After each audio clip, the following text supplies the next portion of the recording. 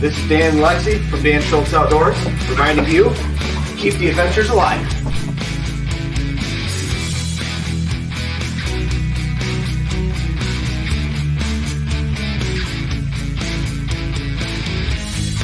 Hey y'all, I'm Johnny. And I'm Colleen.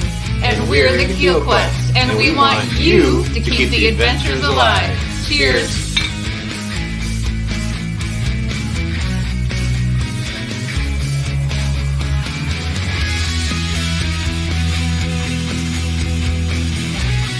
Hey, this is Darren from Ride Paddle Repeat, encouraging you to keep the adventures alive.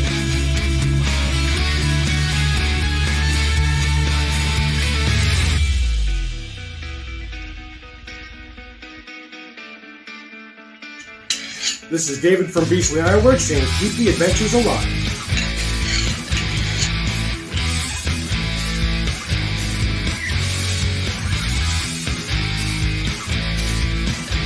Hey, Kevin with an A here. Keep the adventure alive.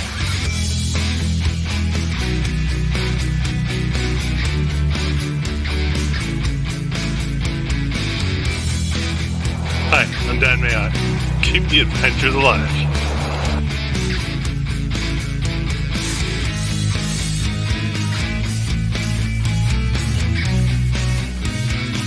Hi, I'm Kevin Callan, the Happy Camper. Remember, keep the adventures alive. Awesome!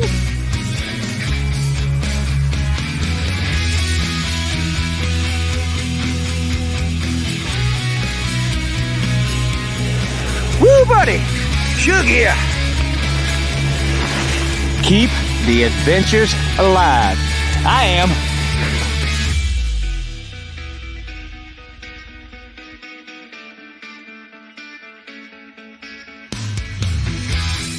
Ethan here, the Avid Outdoorsy Guy, reminding you to keep the adventures alive.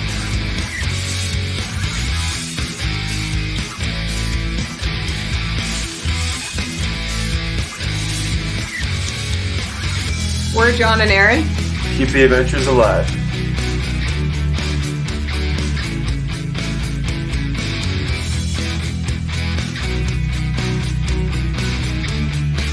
Hey everyone, it's Callan from Canoe the North, and I encourage you to keep the adventures alive.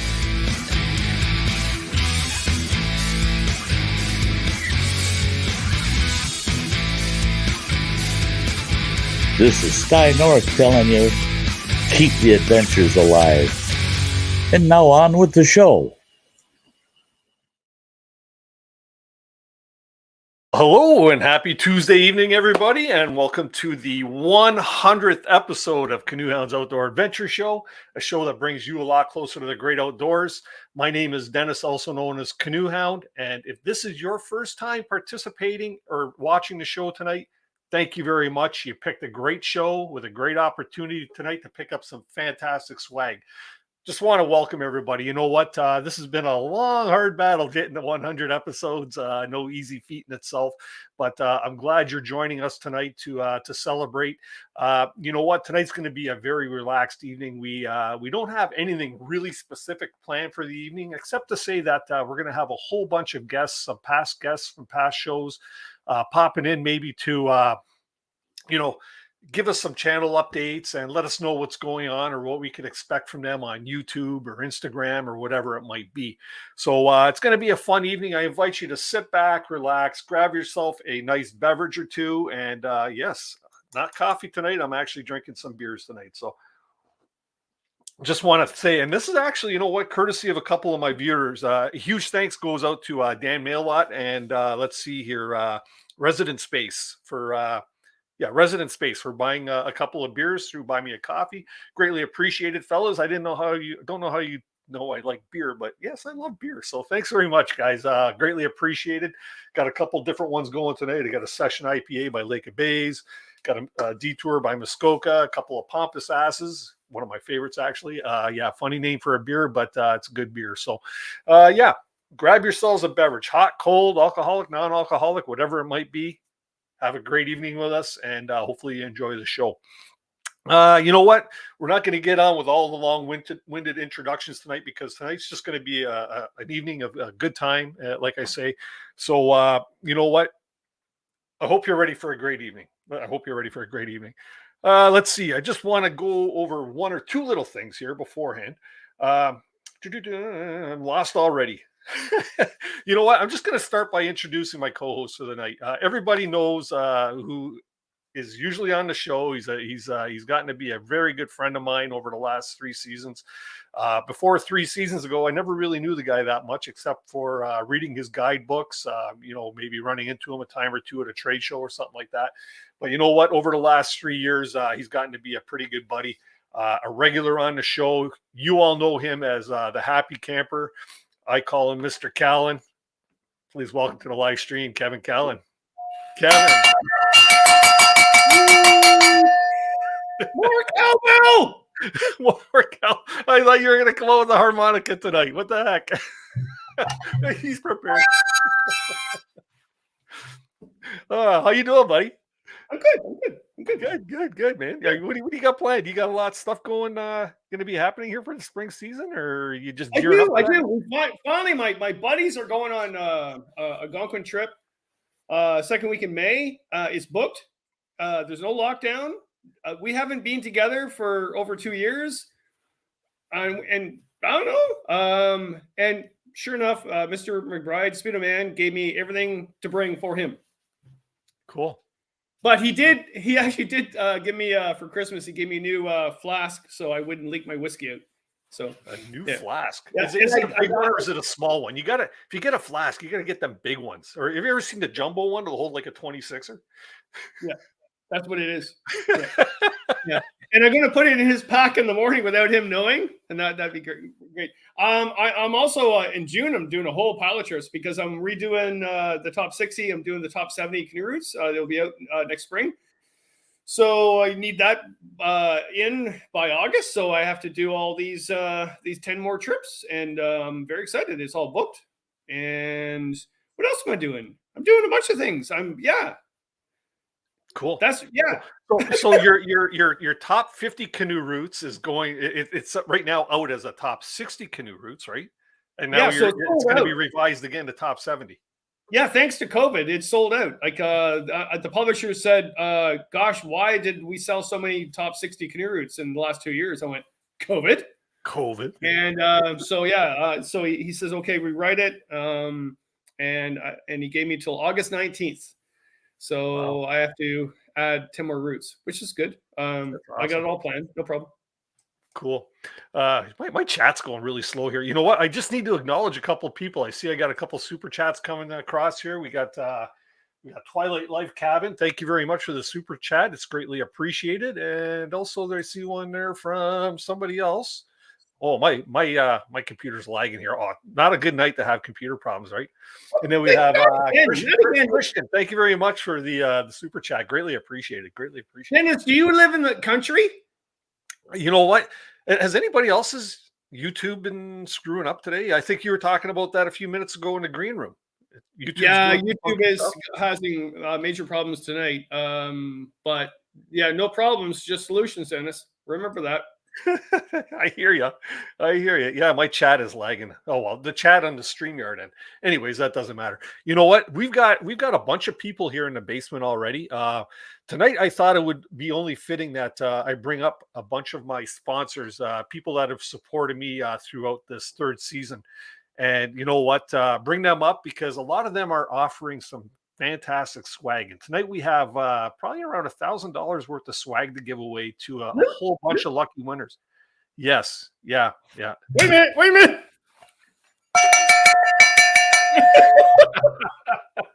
That's awesome, Kevin. You know what? Let's get right into that. I'm gonna bring up our first sponsor, somebody that has actually gotten to be a good friend of mine over the last couple of years. Somebody I've done a lot of canoe tripping with of late as well. I firmly believe, and everybody's heard me talk about KIHD Products and their twig stoves and reflector ovens. To me, I not only have these guys got to be friends, but I think their products are a fantastic thing. You know what? I don't like promoting things that I don't like, but I do truly like these. How you doing, Ingo? Wonderful.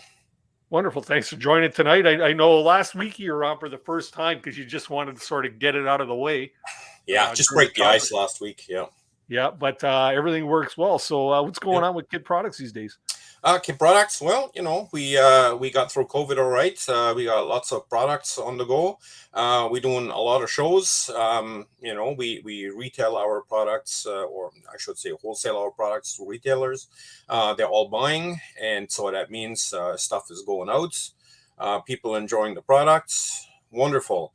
But before I go any further, congratulations to your 100th show, man.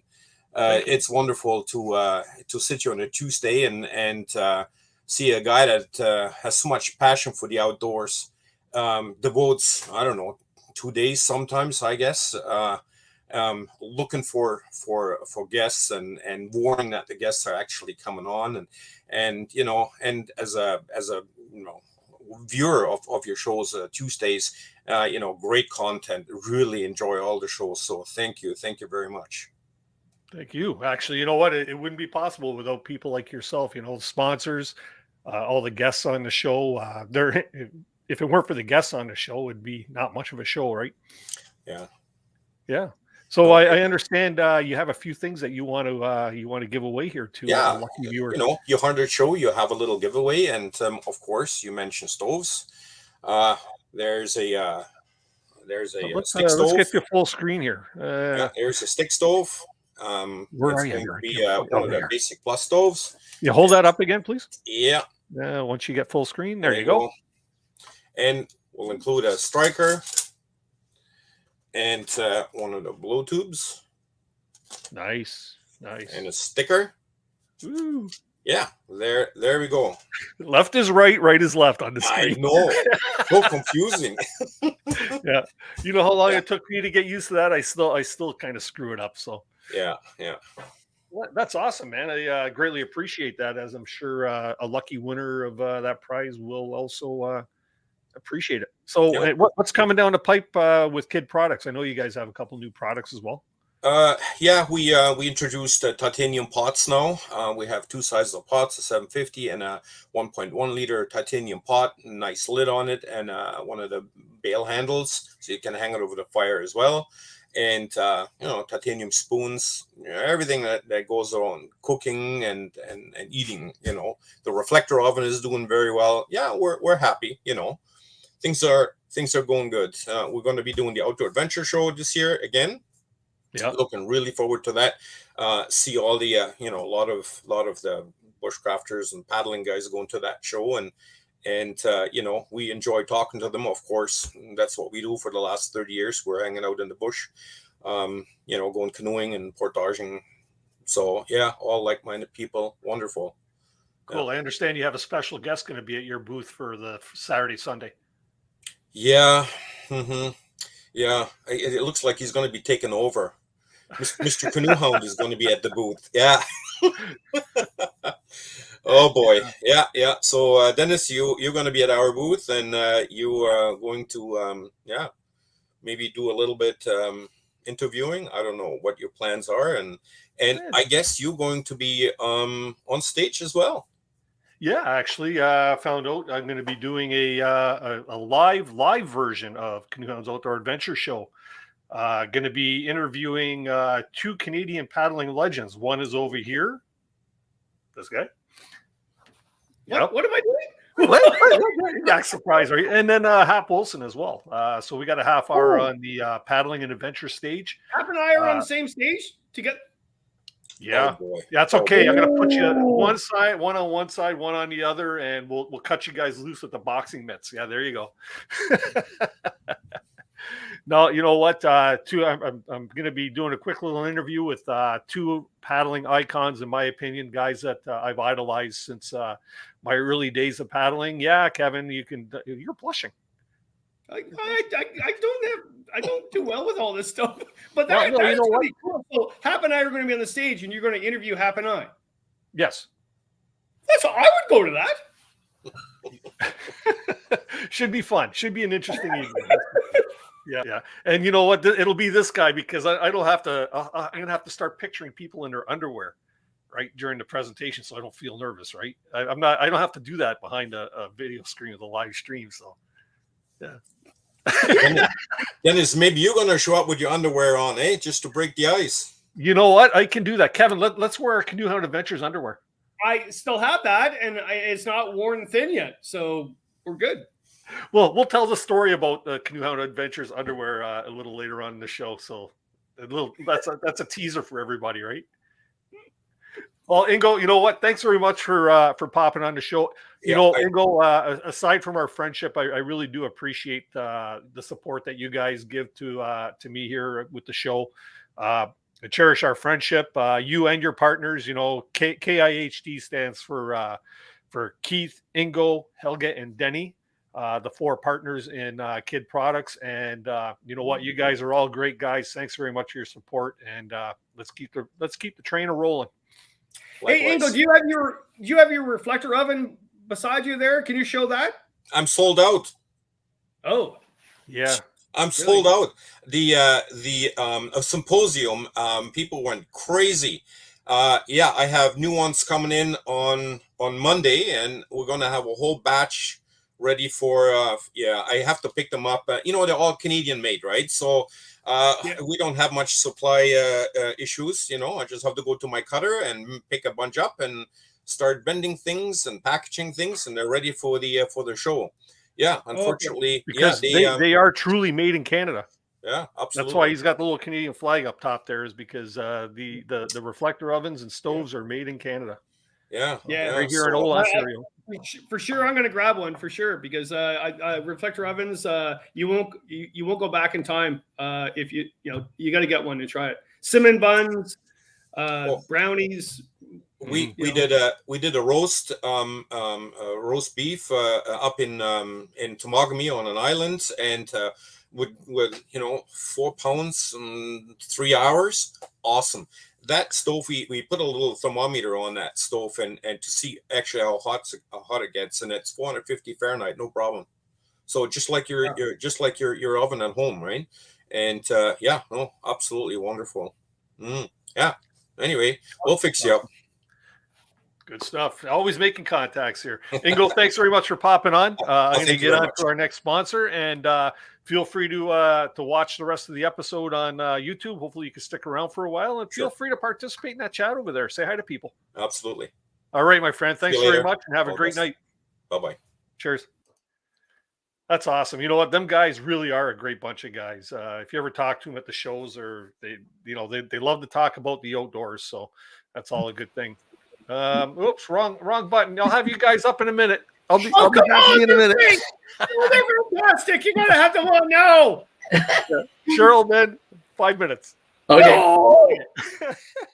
We got to get the sponsorship and all the prizes out of the way first, and then we can have more fun. Next we got from the manager of the Algonquin Outfitters in Huntsville, our good friend Nate Muskoka. How you doing, Nate? Hey guys, yes. Sorry, Kevin.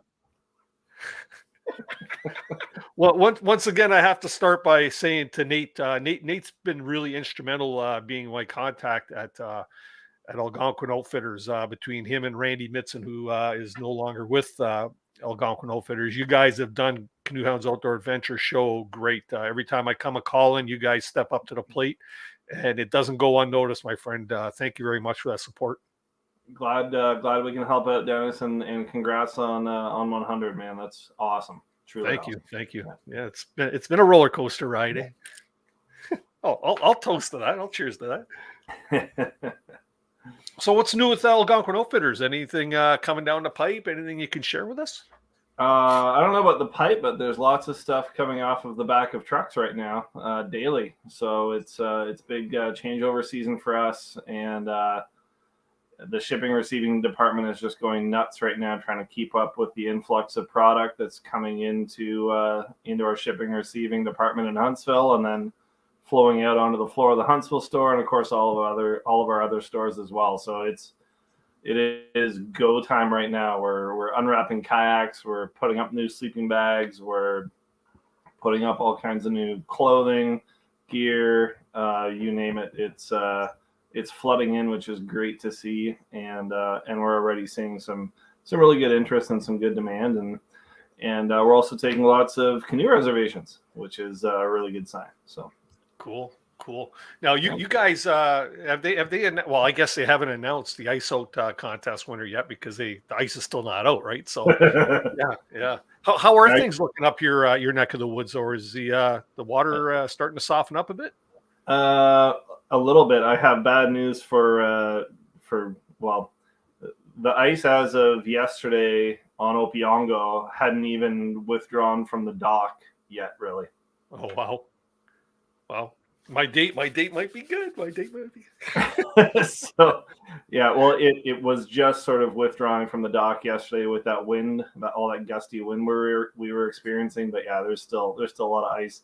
The ice here in Huntsville sort of is slowly moving out. I was able to take a quick cruise down the Big East River today, which is of course a tiny little chunk of the Minas Link. And I was able to run a bit of that today, and it's all open and free. No ice chunks or surprises that way. But it's still not quite clear. Like Lake Vernon here in Huntsville still has ice. Fairy Lake still has ice. Yeah, it's going to be a bit of a late ice out this year, especially compared to last year, unfortunately. Wow. Yeah. Well, you know what, and I guess Algonquin Park will be closed until that happens too, right? In the name of safety. So. Yeah, as of right now, I mean, I'm sure everyone's aware, but as of right now, of course, there's no backcountry camping or there's no permits available for that until May 13th, unless they announce otherwise, which we're all crossing our fingers that, of course, they do, and it comes a little earlier than May 13th. So, right, we'll see. Hey, Nate, did the locals have pitchforks out when that happened? When they announced that, or no? I think everyone just kind of shrug their shoulders and because they do that every year. They'll set a date and then they always throw a caveat in there. Well, if the ice goes that early, of course we will open up reservations earlier. But yeah, as of right now, it's May 13th, which is sort of the Friday before the Friday of May long weekend. And my neighbor Dave, who's one of the superintendents in the park, he was over for a bonfire on Friday night. We were chatting about it, and he has high hopes that it may be open a week earlier than what they've currently stated, but that all depends on the ice and the weather, and it's going to be a cold Easter weekend around here, unfortunately. Wow, good Yeah. stuff. So I understand, Nate, we'll get to the meat and potatoes. I understand you got some goodies that you'd like to give away to some lucky viewers. We do. Kevin, what do you can't win, Kevin. no? But I like hearing it. All right. I'm gonna put you full screen so you can show off what you got. Do you have props? No, it's a little different than last time, but I've got three of these. I've got three of these nice Olokai reusable shopping bags, and they're all a little different. But for instance, like this one has a Kuma hat and T-shirt, an Atlas snowshoe bag, and a sweet stainless steel Yeti mug. Those things are awesome. Here's another we've got a North Face shoulder satchel, a big Agnes hat, a really sweet tub snowshoes, double walled insulated bottle, and another sweet bamboo Kuma shirt. Nice. But yeah, I've got three of these bags to give away, and they're all sort of have a bunch of goodies in them like that. So sweet. So basically, I could do 3 drawings for what you're offering then. Yep, and we'll send it out right from here. Excellent. Thanks very much. I appreciate that. Everybody, put a thumbs up in the chat there if you want a chance at winning that, because I'll let you know in a little bit how you can actually win something like that. Yeah. So what's new on the Nate Muskoka end of things? Yeah, I'm like everyone else, waiting for the ice to get out so I can do a bit of camping. I've got a couple sneaky trips planned coming up. Ideally the weekend for trout opener, which is the Friday after Easter, and then the week after that, potentially maybe with. Me? Yeah. Are we going out? I thought you were just joking. So we're going? You agree? I sent you the dates, and you said, "Yeah, I think that'll work." We have dates set? Yeah, I think you even like when I read the text, I even said it in your voice when I read the message. Yeah, I think that'll work. Okay, that'll work. You heard the accent in the text. That's awesome. Oh man, yeah. You know what? You and I got to get out one of these days too, Nate. We've been talking about it. It just hasn't been in the card yet. Dennis, you're not allowed to go on this trip. It's a secret lake. Oh, is that? And did he guess the secret? Did he have the right lake, Nate? From a couple weeks ago? Kevin did not. No, I didn't. And then stupid me, told him about the lake. I said no. So now he has his secret lake, and now he has my secret lake. He's double up, and I got nothing. Wow. Worked it. That one worked out pretty well in my favor, I think. So it did. But the lakes that we're talking about are pretty close, though. You got to say they were pretty close. Well, yeah, and this will give you a new one to put in your back pocket too. So there you go. Yes, yes. And I will go to my grave telling everybody I'm going to write a guidebook, Nate's secret hideaways. That's it. You just lost your opportunity, Kevin. Yeah, I know. Well, Dennis, I'm like everyone else right now. I'm chomping at the bit. I have a bit of FOMO from missing the camping symposium, but I made up for it. We went to a little last maple syrup boil down of the season at the Baird's. Yep. And then I got out for a paddle today, which was my first of the season, so I'm thankful for that. And so I've just been trying to take advantage of the spring as much as I can, and just like everyone else, fingers crossed for an early ice out, so everybody can go camping. Yeah. Christine says, "LOL, good job, Nate, on the happy camper voice." Thanks, Christine. That's awesome. Well, Nate, you know what? Thanks once again for your support and the support of Algonquin Outfitters. If you could pass that word on to Rich and the powers that be there, it's greatly appreciated. I appreciate the fact that you're so generous with the prizes and stuff like that for the viewers. So thanks. Absolutely to help out, Dennis, and this is a fantastic thing for the Ontario outdoors community. Happy to be a part of it. Thanks, man. Appreciate it. We'll drop you into the basement. Feel free to excuse yourself, and we will talk to you a little later. Hope you enjoy the rest of the show. You got it. Awesome. And then let's see. Our next sponsor is somebody that's we actually did a show about their business, and let's just bring them up. We have Milan here from Hunter and Harris Paddles. How you doing, Milan? I'm good. How about yourself? Good. Are you all rested up from a day of making paddles, or what's going on there? Yeah. Just recovering now.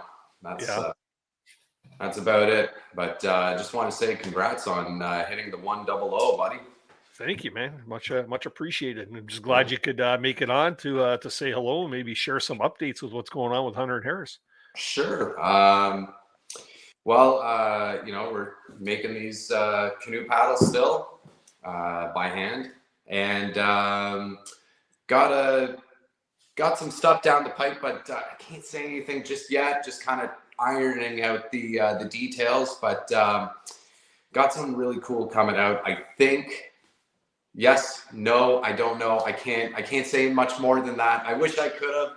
I was trying to iron it out earlier, but there's when you have a small business, there's always a few hiccups and bumps down the road. So unfortunately, we're gonna have to leave everyone hanging for a little bit longer, but we'll get there soon. Cool. So I must ask, are you still a one-man show handcrafting these paddles? One-man show. Wow. These hands. Yeah. They cry every night. You think you'd be so calloused up you couldn't close your knuckles or something? Right? You know what? Mira makes me wear gloves when I work because I have a 16-month-old daughter and a 5-year-old as well. Can't forget about Mac. But I wasn't allowed to touch her because my hands were so badly calloused that and scratched up that I would scratch her newborn skin. So I always had to wear gloves. That's a fun fact. Yeah, there you go. There you go. Yeah. So, what can you tell us quickly about your paddles? You've got what, 3 or 4 different styles that Yeah. you? So everything's all solid wood cherry that we make here. This is a fine example of what we got here. A little bit of sapwood on that bad boy, which I always love seeing. So we have 3 models. Ottertail, which is our longest paddle. It's 28.5 inches long by 5 1/4, and then we have kind of the other 2 are similar in fashion, that they're kind of like one's a beaver tail named the Thompson, and the other one is more like a beaver tail / otter tail hybrid. It acts like a beaver tail, but kind of slices the water like an otter tail. The way so basically I just want to make whatever, so we're going to be giving one away. I'm sorry to kind of jump to that right now, but whatever anybody wants. So initially I think we discussed that we were just going to give away a Norseman. I'm going to make it fresh for whoever wins, and congratulations beforehand. Whoever wins, good for you. And I'm just going to make it fresh. I'm going to oil it fresh and then wrap her up and ship it out wherever the heck it has to go. And yeah. Well, Kevin, do you have a question, or do you want the paddle? Well, I was just going to say, if I win, can I get a double blade? Oh yes, absolutely. I will. I'll give you 2 of these and lash it together. It's still a double blade. Yeah, that's funny. That's funny. Yeah. You know what? Somebody's going to be really happy, because if your paddle turns out half as nice as the 200 Harris paddles I have, whoever wins that's going to be tickled pink. I have a Norseman, and I have the not the Thompson. Which? Thompson. Yeah, Norseman. Thing, light bulb overhead, right? Yeah. The beer's kicking in already. But no, you know what? When you were making mine, and you actually posted that little Instagram snippet there where you were oiling the thing and watching, you could just see the grain come to life on that thing. Yeah, it's it really works. There's 2 woods that do that really well: black walnut and cherry. Cherry looks really, really underwhelming when it's in the white, as we call it. And then as soon as you put oil on it, and it only works with oil. You can try with varnish, but if it's not a really, really high quality varnish, it just isn't going to do it. But if you put linseed oil on it, it just warms it right up, and you want to eat it. Yeah, no, they're beautiful paddles, I'll tell you. And I say it every time on the intros when I'm introducing you as a sponsor at the beginning of my shows, that your paddles are so beautiful that it's hard to dip them in the water for the first time, but you have to, because they're a paddle. And I'll tell you, they perform beautifully. I did a trip to Naganosh in the fall with a few buddies. And I had a hard time getting my Thompson back, because the guys, they let them try it out, obviously, right? Like, you try it out, maybe you want to buy one, right? And they wouldn't give it back to me. It's like, I want my paddle, man. Especially when we were going through the weedy part there, and the stiffer bladed stuff would just rip through the weeds, right? Yeah, that's the other thing about us is me and Mira, but we we kind of make them a little thicker at the there it is at the bottom, just to kind of and when it comes to wood, you just need a little bit of extra material there to kind of push off stuff and bash into things. So that's what they're meant for. So to be used and hopefully not abused, but if you do, slap another coat of oil on it and get back to it. You're off to the races. So I have to ask, how are Mira and the children doing? They're good. Mira is reaching her breaking point. Nah, just kidding. The little one is getting her voice, and she's trying to learn words, and it's very loud in the house.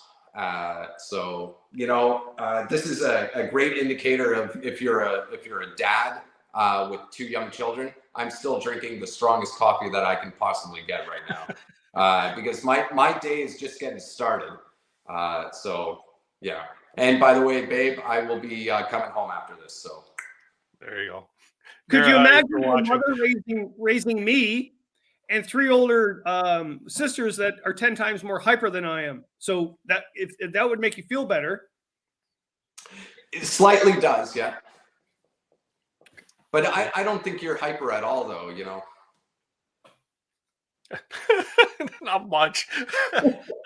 You're the most chill guy I've ever met, and I mean that. Can you imagine a little Kevin Callan terrorizing his mom and dad in the house there, running around? Oh, I can imagine it. Yeah. Little harmonica, cowbell. Well, Milan, thank you very much. Once again, just like my other sponsors, I greatly appreciate all that you do for the channel. I'm proud to be supporting you and by talking about your product. Once again, it's a product that I firmly believe in. Dennis, I don't know if you can hear me, but I can't hear you anymore. So if I don't know what's going on, might be a little bit of a glitch. So all the best. Congratulations on 100 and on with the show, I guess, guys. All right. Thanks, Milan. See you later, guys. Have a good one. All right. There you go. Hunter and Harris paddles, everybody. If you don't own one, you should certainly look into it. Really quick, want to get up to our last sponsor for the show. And then we'll get into catching up with a bunch of past guests. You enjoying yourself so far, Kevin? I am. Lovely paddles, actually, by the way. Really nice guy. And fantastic to go through the history of all these shows. It's so funny. I've been on so many of your shows because I don't have a life. I got nothing to do on a Tuesday night, so I just go in on the Dennis show and I met some really nice people. I'm just joking. I actually love your show. Fantastic. Thank you. Last sponsor to bring up onto the show is somebody that's actually come on recently of late. And Kevin knows him, and many of you know him as the. Is it too far gone, Chris, to call you the new owner of Novacraft? Well, it's been 3 You're years. the owner of Novacraft, no longer the new owner. You've been a couple of years now, so. Yeah, 3 years out of 51, so it's fairly new still. So you got through the 50th, obviously. You were a big part of that, being a owner of Novacraft. Thanks very much for joining us tonight. Yeah, my pleasure. I mean, we had some big plans for our 50th anniversary, which may have even included Kevin, but with COVID, all the things were canceled, so we didn't get to do a lot of the great things we had planned. But Chris, like you imagine, I can imagine you saying, "Okay, I'm going to get this new company. Tim's going to retire. He's happy. He really is happy. I went for a hike with him. He's just like, oh, this is fantastic. I should have retired long ago." And then all of a sudden COVID hit. I'm thinking, this is not a good time to have a business. But you even started making canoes at night. You were doing a night shift at one point. Yes. I personally was doing night shift at one point. To try and keep. So does that mean that basically COVID brought so many people into the outdoors and introduced them to canoeing? Did you even see that coming?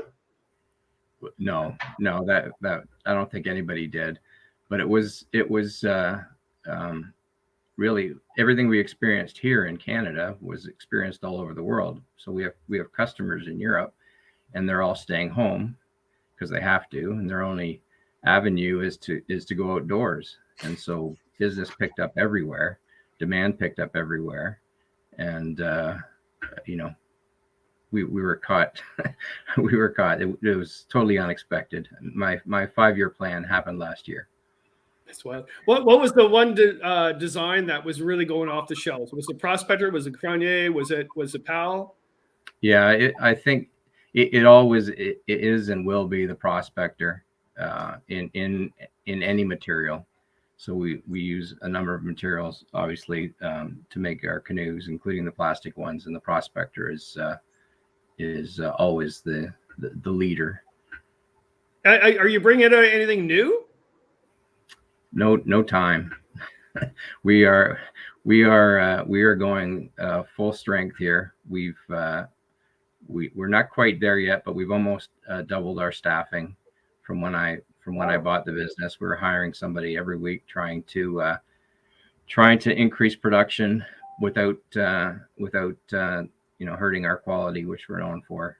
Want to make sure the products come out in good form. We could hire another 20 people, but that's not, I don't want it just numbers. We have to try and do this right. So yeah, we've definitely increased our throughput, but it's still, the demand is still outpacing our ability to supply. Well, I guess that would be like a problem for everybody right now, is that you still want skilled labor because you still want a quality canoe, but you still need to push canoes out the door, right? So is it a fine line? Is it yin and yang, or like how do you deal with that? Do you actually now? I notice people will hire someone and they're gone the next week and they just pull their hair out, right? Yeah, and that's happened to us. We've been ghosted on first day on the job. We've been ghosted on second interviews, which is something I've never seen in my career. That's for sure. And it's hard to get people's attention, but with some history here in London, the name is well known. People do respond to our ads, maybe more than others, but we still need the right match of person to the role. So how would you define the best worker making a canoe? If you went back in the back there where they're making it, what's the one person, not an individual name, but what's the character that you would really admire to? Somebody who really takes pride in their work and attention to detail, right? Not just slapping on a piece of material, understanding why the material is laying the way it's supposed to be, so that 5 steps down in the process, it looks good and functions properly. Now, the one big question, sorry, Dennis, I'm taking too much of your time with Chris here, but I had so many questions. You're hired, Kevin. I thought it was yours, Kevin. Chris, so when I first met you too, you're a canoeist, and I paddled with you, and you know how to paddle. And that was really funny. You said you went on all these trips, whatever. Then we went out on the lake together, and I watched you paddle. I went, yeah, he knows what he's doing. And that was kind of cool. Have you actually gone on a canoe trip in the last 5 years, or? Last year, I went out for a 5-day trip, and I was so tied up in knots about what I was not getting done back here that it ended in 3 days, and I came back. So that was my only trip last year. The year before, I was able to get out twice, but hopefully I can make up for that this summer. We'll see how it goes. Yeah, we had to change that. Yeah, we had to change that. Just tell everybody at the place. Oh no, I'm going out paddling with Kevin. Yes, Kevin want an autograph. Kevin who? Well, we'll go with Nate. We'll go with Nate, and you'll know the secret spot as well. Okay, I'm in. So, any new models coming out this year or next year or anything like that? Or are you sticking with the tried? No, at the moment we're sticking with the tried and true. We are working on something that's not, it is a version of a canoe, but it's a specialty item, and it's not really, for backcountry camping, and that'll be coming out in June. But it's a partnership with another canoe manufacturer and a world-class designer. So that'll be interesting. Maybe less so for this crowd, but I think it's a pretty cool project. Got to stay innovative, right? That's for sure. Yeah, that's right. So, Chris, I understand you have a goodie that you wanted to give away for the giveaway tonight. I do. I actually have them here already. Yeah, he has it, but don't show it just yet. I want to tell a story. Okay. So, I mean, I want to talk a little bit about your show and how awesome it is. And, when I started in this business 3 years ago, I really wasn't aware of the canoe culture, what's going on in this realm. I was just a guy who wanted to buy a business and likes to canoe, and they came together. So, one of the first events I went to was the Canoe Symposium in 2019. And the guy that didn't know anybody was being toured around by Dave Mitchell. He was introducing me to people. And then I came up to this one couple who I admired their work. And I, was looking at it, and I kept looking for a chance to talk to him. And then the fella, he decided he wanted to meet me too. So we had a little chat and took a look at his product, and I thought this would be the perfect product to help us celebrate our 50th.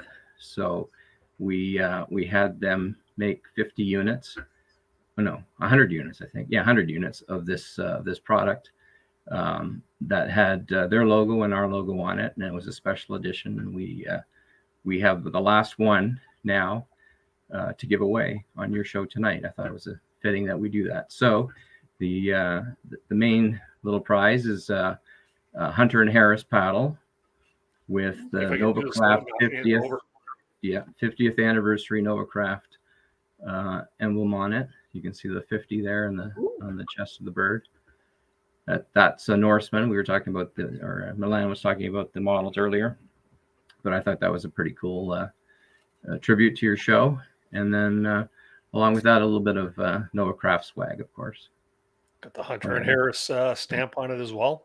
And just to say, it's a 60-inch Norseman, handcrafted by Milan, and this is number 22 of 100.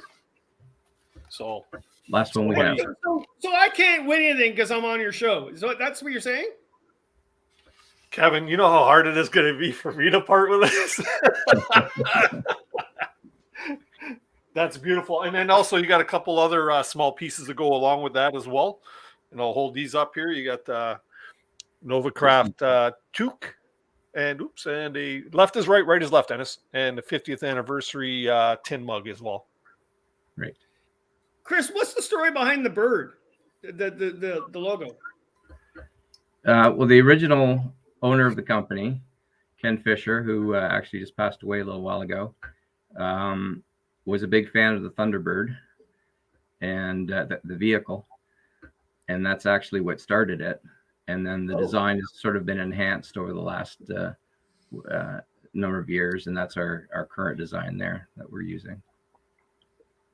That's I awesome. didn't know that. I didn't know that either until I met him a couple of years ago. I could see that now. I could see it now just by that story. So you're actually the third owner of Novacraft? That's right. Okay. Well, congratulations. Yes. Keep it rolling, man. Keep it rolling. Well, you know what, Chris? Thanks, man. I appreciate it. Somebody's going to be so happy and fortunate to win a nice 50th anniversary, number 22 of 100. So, yeah, you guys all got to get entered into the draw tonight to have a chance to win. So I appreciate it. I thank you very much for your support too, Chris. You know what? We met on a couple of occasions of late, actually. And very nice to meet you. And you know what? I'm looking forward to that Novacraft tour this summer at some point. Yeah, welcome anytime. Yeah. Bring your co-host there if you want. Yeah, for sure. Yeah, we'll have to make a day of it. Yeah, we'll hit the local brew house and there's a few around. Check out some canoes. All right, Chris. Thanks very much. Hopefully you stick around, enjoy the rest of the show, and we're going to move on to a regularly scheduled program. All right. Cheers, friend. Thank you. There we go. All right. So, wow, man, that's some pretty good swag going so far, eh, Kevin? It is. That is. I wish I just was not involved so I could win. I know, right? Anyways, we are going to add to the pot though. I have 5 Canoe Hounds Outdoor Adventure Show swag packages that I will be giving away myself. It'll include a baseball cap, might be this style, might be another style.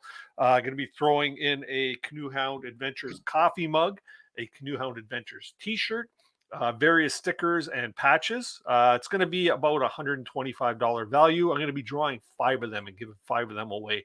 So we've got what, 5? We got like 10 prizes going out. So people are asking here, how do they win this? Like, well, I'm going to tell them right now. Okay. Yes, I can tell them right now. Also, as part of my prize package, for those of you that might have tuned in last week when we had the Chaga show, Jerry Ouellette from Chaga Health actually donated, and we were talking about this, and it's this Chaga maple that he makes. I'm just going to go full screen on this. So he sent me a bottle to put in each one of my prize packages. So each person is going to get a bottle of this. So basically it's maple syrup infused with chaga. And so, yeah, you're going to get to enjoy that as well. So that's got to be worth over $1,000. Oh, we got some good. You know what? My peeps are good peeps. I got to like it. Got to like it, right? Oh, my Lord. Okay, I'm dropping out as a co-host. I want to win this stuff. You know what? Everything's fair is fair, man. I do Google random number draw, right? So that's how we're picking. I'd have to walk the bush for a month to get that chaga liquid that you just put up there. I know, right? Well, yeah, and then you'd have to boil it in the whole 9 yards. So, yeah, that's probably more expensive than crack cocaine. Chaga? Well, I don't do crack cocaine, so I don't really know. But okay, so for everybody that's been waiting patiently to find out how to win, all you need to do is drop me an email at coasprize@gmail.com. It's going across the bottom there. You have until Saturday, April 16th at 11:59 to get your entry in. So that's this Saturday evening. And all you have to do is send me an email telling me what 2 of your favorite episodes were. So for some of you, it will be very easy because you've probably seen all 100 episodes. For some that may be new, go back and watch a couple episodes. You know what? You won't be sorry you did. Always skip ahead about 10 minutes into the show because that'll get all the intros out of the way and just get to the meat and potato of the show. So I'm going to leave this going across the bottom. You can't win if you don't have a ticket. 1 entry per person, please. That would be great. But yeah, just let me know what 2 of your favorite shows are. And I want to be able to do a bit of a tabulation to see what some of your favorite shows were. So it could be one with, maybe the Kevin Callan celebrity roast. I was just thinking about that one. You know what? We've had some super guests on the show. So, and speaking of super guests, I see one pouring a bottle into a cup right now. And we're just going to bring up a few people to tell us about what's been going on and what is coming up with some of their social media and stuff like that. Please welcome to the live stream, Mr. John Van Barriger. How you doing? Hi. Drinking my coffee. Your coffee. Oh, in the outdoor kind mug. Well, but yes. Coffee. Coffee. How's it going? Not bad, man. What's up? Well, congratulations. 100 episode. That's fantastic, man. Thank you. I didn't that's think I was going to get here I was supposed to have had this show like a month ago, but things kind of got in the way over the last little bit. Things got busy and crazy, and but here we are. We made it. Yeah. Well, life happens, and I mean, yeah. So, man, it's great. Congrats. Thank you. So you've been a busy boy of late. You've been on the show many times, and a lot of times to announce different things that you've been doing in the past and things you got coming up. But what have you been up to of late? Actually, I for most of this winter, I was down with a bad back, and I mean literally down. So I did 0 winter camping. I feel like I'm getting back to the land of the living now. Starting to catch up on things. I was able to get a canoe trip in mid to end of February down in Florida, and I'm actually going to go camping this next week. So yeah, I feel like I'm coming back alive. Cool. Yeah. So you've got something coming up on May 18th that you wanted to tell everybody a bit about. Yeah, right. We're doing a. I was down I took a Novacraft, the 18-foot Prospector, with a friend of mine who had never really canoed before, never really did any wilderness camping, and we did the 100-mile wilderness waterway together. And we're going to, I'm going to do a presentation on that on May 18th. And so it will be a benefit for the outdoor kind, so we can do more safety presentations and put out some materials. And yeah, so I'm excited about that. Cool. Yeah. Did you want me to, I got a picture here I could pop up on screen. Yeah. Did you want to, let's see here. It's my gosh, there you go. Flag going. There we go. So what can you tell us about this here? We will have information about ticketing and stuff coming up soon. It's going to be $5 for that. We will be doing a week later, we'll be doing a paddling the Erie Canal presentation as well. So we have these 2 benefits to kind of make up for the fact we haven't been able to get out to any of the shows. So this will help fundraise, and we'll be able to do more stuff. We're also getting the podcast back up again because that's been down while I've been down. So so it feels like things are kind of coming together. I was going to ask you about your podcast there, so I guess you just answered the question. I've been missing it. So yeah, it's a one-person thing. So right now it's kind of like and so feeling. What's that? I know the feeling. It's a one-man show, right?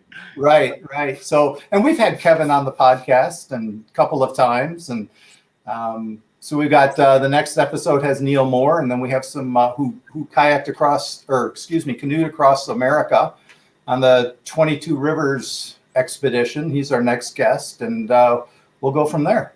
Cool. Yeah, and then this summer I'm coming over because I haven't been to Canada since COVID now, since before COVID. Right. So I really appreciate the fact that you guys said you were going to take me out paddling up there. Yeah. We'll make it happen there. I'm sure between Sean and Derek and myself. Oh no, I don't want those guys. God no. Oh, we're all going to Nate's Secret Lake. Yes. Woo. Yeah. I'm all for that. It's funny because I was talking to Sean and Derek at the Backcountry Canoe Symposium here on this past weekend, and Sean and I were talking about getting up here and doing a bit of paddling on the Welland Canal. So yeah, that'll probably happen. But yeah, man, we'd love to get you back up here in our into our neck of the woods. That's for sure. I miss it, man. I cannot tell you how much I miss. You know, we do so much with the outdoor kind of. We actually probably do more up north than we do down here. So for me not to be able to come over for, since early 2020, it's been too long. Yeah. Hey, really quick here, Camper69, Gary, thank you very much for the super chat. Greatly appreciated, my friend. He's a local fella there. He's somebody I got to get out paddling with too one day soon. So that's there's so many people, so little time, right? Yeah, so many good people. Now, John, you and I were talking there a couple of weeks ago there about possibly having you on the show, and maybe we could discuss, or maybe we'll do an episode on what you have coming up for your presentation, or we'll figure something out. If you need any help getting that rocking, I'd be glad to help you out with that. Yeah, I appreciate that, man. Appreciate it. And and the other thing I want to do, actually, I want to come up and I want to do the Eye of Quebec. So, Kevin, I think you should take me on that one. Yeah. Yes. Well, aren't you going with the radio guys going all to the Great Lakes? Do you want to tell people about that or not? Well, yet? You know what? I'll leave that. If I'm sure they'll probably be coming up later. I'll let them talk about that. But yeah, so it's a special Great Lakes trip in June. Yeah. Oh, okay. That's intriguing. Everybody, don't leave the show because you need to listen to There you go. Another teaser. You may know something about that too, huh? No. I'll be too busy going to all Nate's secret spots. Oh, okay. Fair enough. He sent me private messages to you. Well, Dennis, I know you've got a lot of people in the green room there ready to go. So I'm just going to say again, congratulations on 100. I don't think people realize how much work goes into something like this, and I'm impressed the way that you've done this consistently. And yeah, you've done a great job, man. Congratulations. Thank you. Greatly appreciated. The real Ironmen are actually Sean and Derek, who've got like 328 episodes of Paddling Adventure Radio consecutive under their belts. Yeah. That's the Ironman record there. But you know what? Dennis, that's just radio. They can do that blindfolded. In fact, I think they do. They can do that in their underwear. They quite literally can. Well, I think they sometimes do. Yeah. In fact, I've had to leave the studio because they were actually wearing less than that once, and I was just like, no, I'm not part of this. I've got to go. My goodness. Yeah, I'd be out of there too, for sure. Yeah. Sean's beard is so long that it could hide his privates, no problem. So there's no. All right, John. Thanks very much for the update, man. Look forward to connecting with you down the road here, and yeah, man, let's make it happen and stay healthy. Thanks, man. Dennis, Kevin, take care. Okay, man. Thanks very much. Bye. That guy, he's a class act. John is good people. I can understand why everybody likes to have him on their podcasts and stuff like that, right? You know what's a really good story about him that I don't think people know is I was at the Spring Expo in somewhere in the States. Anyway, and my plane time changed, and I had to get out of there on the Sunday, and I couldn't present. So I went up to him. I said, "Hey, look, I got to go. I can't be here. Can you present for me?" He presented, but he put my name tag on his chest. Oh, really? There you go. Yeah, you know what? The basement's still stacking up. So let's get on to somebody that I give everybody a sneak peek of a few minutes ago. They were a lovely couple that we had on the show probably about 2 months ago, and we did a lot of talking about Ontario parks and trailer camping and stuff like that. We have Ben and Cheryl. How you doing, guys? Hey! It's Kevin. We need cowbell. Oh my goodness! Let me put this full screen. There's the cowbell, Kevin. Oh.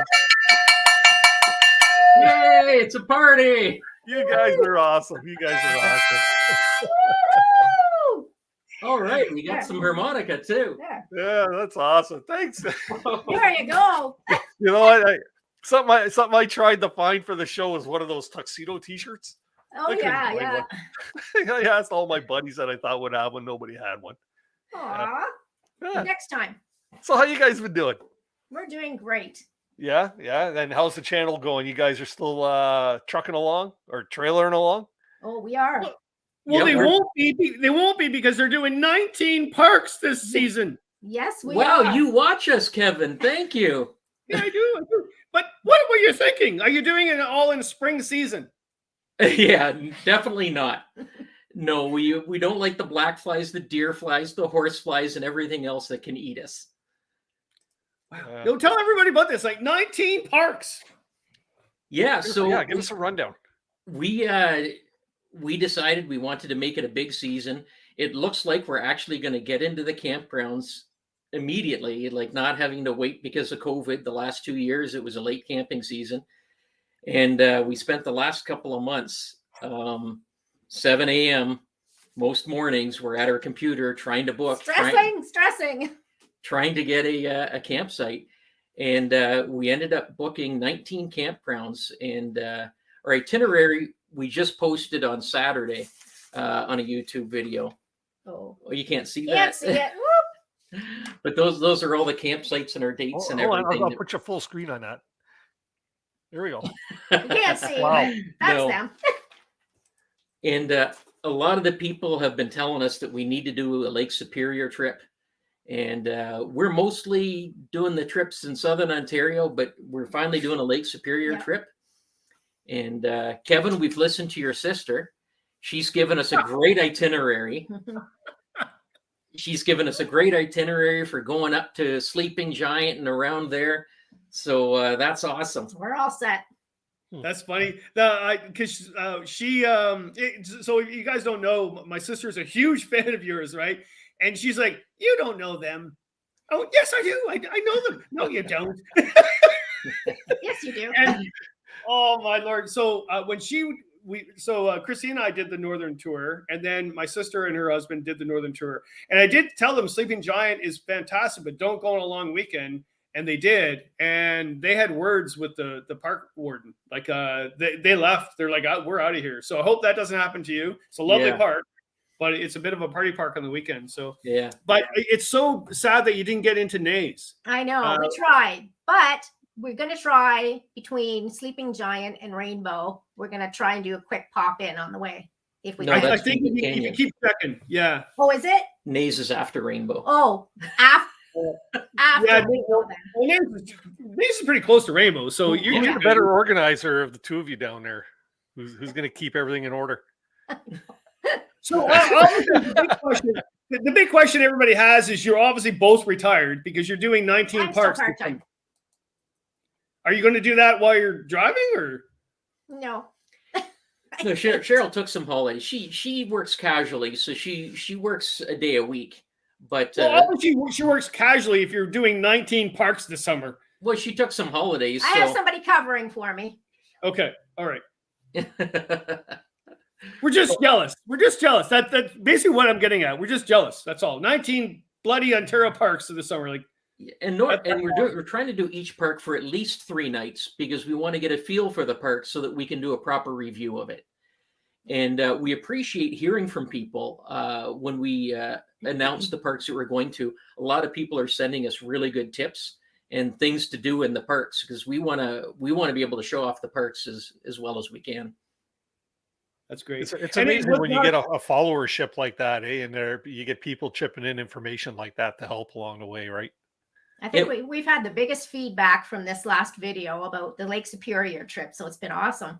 We had one person send us a PowerPoint presentation that he had done on some of the parks up there. Other people sending us their itinerary with lists of places to go, things that you have to do. So we're really looking forward to it. Wow, that's awesome. So not to put a little bit of a dark cloud over things. I watched one of your recent episodes where you guys somebody actually broke into your trailer. Yes, that was was totally violated, right? Yeah, that kind of sucked, but at least the trailer wasn't taken. That would have really been bad. Yeah, and it could have been much worse. We were really lucky. They broke the locks, and they didn't actually enter the trailer from what it looked like. They broke the locks, tried to get in. It's the tip out at the back of the trailer. It's like a hybrid. And so I think they thought it was probably going to be wide open then, or something. Yeah. That they can just climb in, but then there's all the vinyl for the tip out, and they weren't able to get in. And luckily, they didn't have a knife handy to slice through it. So it was just a matter of replacing the locks. Ben, this is a funny story. I'm sorry, I have really weird, but I was at the grocery store about a week ago, and someone came out to me and they'd watched your show, and they said, "Did you see that latest clickbait those people did? They broke into their own trailer to get more views on their channel." Are you kidding me? True story. Wow. I was actually on my way to Florida. I was in Pennsylvania when I got notified by the owner that it was broken into. And then the police ended up calling me when I was in West Virginia to complete the report on it. Yeah, I was nowhere around. I have an alibi. Yeah. Right. Sure. No, I'm just, but it's a true story, actually. And a random person just came out to me. So you have another band. I thought we were going to be on the front page of the Inquirer. Yeah. Jeez. No. Well, you know what? It could have been worse, though. But it is a violation. It makes you feel violated when something like that happens. Yeah. Whether they're going into your truck for a change in your council or, anything like that. It's a violation for sure. Yeah. So we don't want to take up too much of your time. I know you've got a lot of people here, but congratulations, Dennis. This is amazing. 100 episodes. That is a lot of work. Yes. And I'm glad I'm not doing it.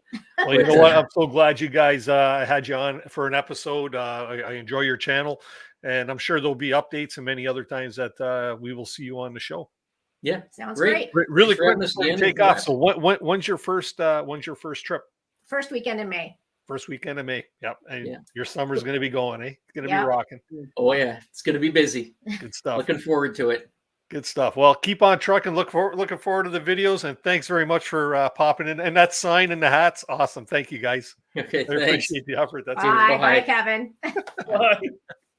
That's great. You know what? If you haven't checked out Camping with the Coles, by all means, check out their YouTube channel. Show them some love by hitting that subscribe button and follow them. They got some really good adventure videos at a lot of different provincial parks that you can get information on. If you want to, get sort of a review of a park, they're a great channel and a great couple. They make their videos fun. They really do. So that's a great thing. Yeah. And Rain Dance Bushcraft is asking, what's the name of their channel? So, yeah, it's Camping with the Coles. And if you go back about maybe 7 or 8 episodes in my my episode library, you'll see it there. Jess, just want to say I see I've had a bunch of super chats come through. Jesse, Season Serenity, Gary, and a couple of others. Thank you very much for the support, everybody. Greatly appreciated. It means a lot. It really does. Let's see here. So our next guests that we have in the basement here are somebody that you did a fireside chat with a couple of weeks ago. Somebody that I am looking forward to having on the show as guests. They have been on the show before when we did our couples, our backcountry camping couples show, and super great. Their videos are super polished. Heck, let's just get them here on screen. Over here we have Keenan and Ashley from Canoe the North. How you doing, guys? Wait. And you're muted right now. Oh, there we go. Where's my hood? I have to put my hood on. I was thinking about that. Congratulations, Dennis. Yeah, Congrats on the 100. congratulations. Thank you. Yeah. So how you guys been doing? I can't believe how many trip videos you guys have been pumping out. You guys had a busy summer last year. We did. We're hoping this summer is going to be even busier, quite a bit busier, but we'll have to wait and see. It's been a crazy last few months though, with editing, and we're getting married here soon. We're getting married. Congratulations. That's awesome. I understand that's coming up this month. Is it this month? Yeah, it is. Yeah, April 30th. Yeah. Oh, wow. Congrats. Yeah, thank you. There we go. Thank you. And the honeymoon, is it going to be some sort of backcountry paddling adventure? Like black flies, you'll like our honeymoon. Yeah. Hey, if you need to borrow a bug-free zone, I'm only up the highway from you here. Come on over. I'll gladly lend it to you. Thank you. Yeah, we might need something like that. Yeah. That is How awesome. you been? You know what? Things are good. Things are good. Good. Yeah, I can't complain. You know what? Life is grand. I've been enjoying my grandson so much of late that that's something that's been really occupying a lot of my time. So, Awesome. And I've got another grandchild on the way in September. So that's congratulations. Congrats. Yeah. Yeah, not like I had anything to do with that, right? I'm just things can get weird. Yeah. So you got any new videos coming out? Man, I love watching your videos. You guys do a great job editing your stuff. The content's great too. So thank you. Yeah, we appreciate that. We're honestly, I think we're pretty well fresh out of content right now. Yeah. Yeah, we kind of stretched it as long as we could over the winter, and we are excited just to get back out there again and start creating some more content. It's been kind of a crazy winter for us. We didn't get out nearly as much as we had planned, but you know that we got another 2 or 3 weeks of kind of craziness, and then after that we should be canoe tripping. Yeah. So for quite a few months, so we're super pumped. Awesome. And I'd imagine, Ashley, you're doing all kinds of dehydrating now, getting ready for the season. Yeah, actually not as much as I should be doing, but I have been doing a bit. I've got I think I've got 2 weeks worth of food so far, so I've got a lot more to do. Well, plus there's some left over from before. We probably have about a month done up right now. Yeah. Yeah, you know what? I see everybody on Facebook right now is preparing even Christine, Kevin's partner there. She posted something that she's dehydrating, and everybody's dehydrator should be humming right about now, people. So this is the time, right? Year, isn't it? Yeah. So you know, I find it quite a coincidence that when I first was introduced to your videos and stuff like that, of course you never put 2 and 2 together as to where a person might live, you know, or the area that they're from, right? And then you put out a video last year paddling on the Welland River, and you stopped at the 2x4 restaurant for a quick lunch and stuff like that. And I'm thinking to myself, wow, man, they traveled all the way down here. And I wish I knew, man, because you're right in my neck of the woods. I'd have met up with you guys and gone for a paddle with you and stuff like that. Only to find out you're quite literally like 15 minutes down the road from me, probably. Not far right now. Yeah. That might be changing as well, but yeah, that's kind of part of the plan as well. You thinking about moving closer to the action? Well, yeah, maybe. We got a spot up further north that we're renting out for now, but it's just been a lot. We just had a lot going on the last little bit. Yeah. Good stuff. Well, you got to keep yourself busy to keep yourself out of trouble, right? Yeah, well, I think we're out of trouble. Yeah. They're very secretive people. When I interviewed them too, I found they're very secretive people. I think they're spies. And disguising themselves as YouTube celebrities so they can spy. Yeah, hardly YouTube celebrities. Yeah, if only. Yeah. So, Keenan and Ashley, I have to ask you, what was it like being interviewed by Kevin Callan with a fireside chat? That there is you know what, that's an accomplishment in its own right. You know? It was well, I think we even said maybe in the comments. So I don't even know how many years ago it was now, but quite a few years ago, we went to the Outdoor Adventure Show in Toronto. I remember seeing Kevin, and I don't even think you knew who Kevin was. No, I didn't. Sorry, right. Kevin. Yeah. And I said, "That's Kevin." that's Kevin Clan. He's got all these books. He's a happy paddler, and you're like, yeah, okay. But you were surrounded by people. Yes. You were mobbed. Yeah. I pay those people really well for that. So no, it was a little bit surreal, to be honest with you. I mean, even being on your show the first time, Dennis, and we met quite a few people, and it's weird. You see these people either at shows or online, and you're not. Yeah. You don't expect to be talking to them really ever. So. Yeah. Well, I think why people like your show so much is that you do things very ethically. You do things really quite real. I mean, the meals are actually awesome, but they're true meals that you dehydrate on your own. People are intrigued with that. Visually, the stuff you're getting right now is very top notch. So whatever is happening to you creatively is really working. Or you're paying someone to do it. I'm not sure.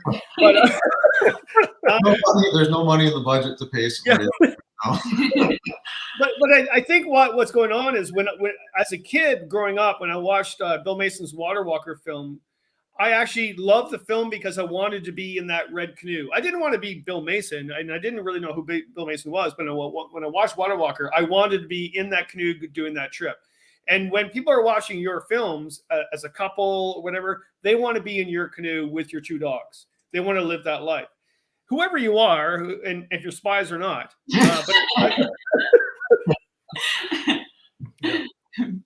Thank you. Well, thank you very much. No, we appreciate that. Yeah. And that's like our Sunday movie. Yeah. Yeah. That Bill Mason. We were just watching it the other day. Actually, we've watched it loads of times. Yeah, it's like every Sunday morning. Yeah. Seem to put that on. Yeah. Yeah. His movies never seem to get tired. Right? You can watch them time and time again, right? Amazing. So, yeah. So who do you two look to for inspiration when it comes to paddling? Is there anybody that really inspires you or made you want to start doing what you're doing? I know it sounds cheesy, but all the old Voyageur books, I don't know. I wouldn't really say there's one particular person or a particular event that made us really want to get into paddling. I enjoy history, and I enjoy the far north as well, and I really want to see as much of the north as we possibly can. So, yeah. I don't know. Awesome. Well, you know what, guys, keep doing what you're doing, and we really need to set you up to have you on your own episode here of the show. I was going to do it back around the time that Kevin hit the fireside chat, but you know what? Sorry, Dennis. They can't be on your show once they're on mine. No competition clause. That can't happen. It's in the contract. You hit it. I can't believe that. Yeah. We appreciate that. We appreciate that. Honestly, Dennis, I know you reached out to us a while ago, and we would love to go on your show. We've been busy. Yeah, I know what that's all about. And when the time happens, it'll happen. We're happy to be here tonight. Yeah, and congratulations. Yeah. And we wanted to add just a little thing to the prizes. We wanted to share a bag of our favorite fish breading, Taylor's One Step. Awesome. Yeah, it's really good. It's great in the backcountry. So if you guys haven't tried it, we'll send it to whoever. I don't know, Dennis, whoever wins the prize, we'll get it to you, and then you can. What I'll do is that I'll drop that in the mix of one of my swag packages. Okay, so one lucky winner of the five of my 5 prizes will also get a bag of the fish breading. So yeah, that's awesome. Sorry, go ahead, Dennis. No, you got it. You're good. Yeah. Are you giving that away because you can't catch fish? Is that why? On the contrary, I think I've seen him. He's not. This isn't Pine Martin you're talking to here. Yeah, we'll see how many fish we catch on our first trip here. No, you know what? This was given to us. They actually last summer we were up in the Yukon, and they actually reached out to us and wanted to ship it up to us in the Yukon. It was kind of anyways, long story, but no, it was very nice of them. Nice people, nice family business, and it's just it's great product. We don't work for them or anything. No, we don't. No. We liked it already, so we wanted to share it. That's awesome. Awesome. Thanks very much for that. It's very generous, and it makes somebody happy. I hope so. Yeah. They don't need sponsorship because they're spies. Spying for who, Kevin? Well, they're spies. We'll never know. Okay, this is true. This is true. Well, you know what, Keenan, Ashley, keep doing what you're doing. Really enjoying your videos, as I'm sure everybody else are. Your numbers are starting to increase there, which is a testament to the quality of video that you're putting out. And yeah, keep them adventures coming. Keep the adventures alive, as I say. That's right. Absolutely. Thank you very much, guys. Thanks. Thanks very much, and enjoy the rest of the show. Thank you. Thanks for popping on. Yeah, Have a great bye. night. Man, I wish I had those type of editing skills, Kevin. You know, you see some of the stuff that some of these YouTubers are putting out these days. It's just amazing the quality of edits they're putting out. Almost like they do it professionally, right? Yeah, it's the youngins. The youngins, they know what they're doing. You know. Yeah. Yeah. Well, you know what? We still got more guests of the past in the basement there. Once again, thanks to everybody who's shooting super chats this way. Beastly Ironworks, Sue's Outdoor Crew, In the Woods with Hiking Mike. Who else did we have there? Brook Outdoors. Basement you got? How big is the basement you have? Like, you know what? I got room down there for 10. So people are nicely trickling in as per the email I sent out to all our past guests. And our next guest, you know what, I think has been on this show not quite as many times as you, but I think she's a close second. And she is on the show quite often. And she's always welcome on the show because she's always got so much to share. Can you guess who it is? Camper Christina. Yeah, here we go. Hey, Christina, you're on mute, girl. Gotta turn your mic on. Gotta turn your mic on, hon. Oh, there we go.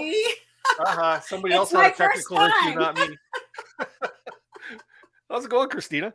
I'm mad. Cheryl and Ben totally showed me up. I'm like, oh, I'll get a little balloon. I'll put like the 100 because I don't have an anniversary balloon, you know, because why would I?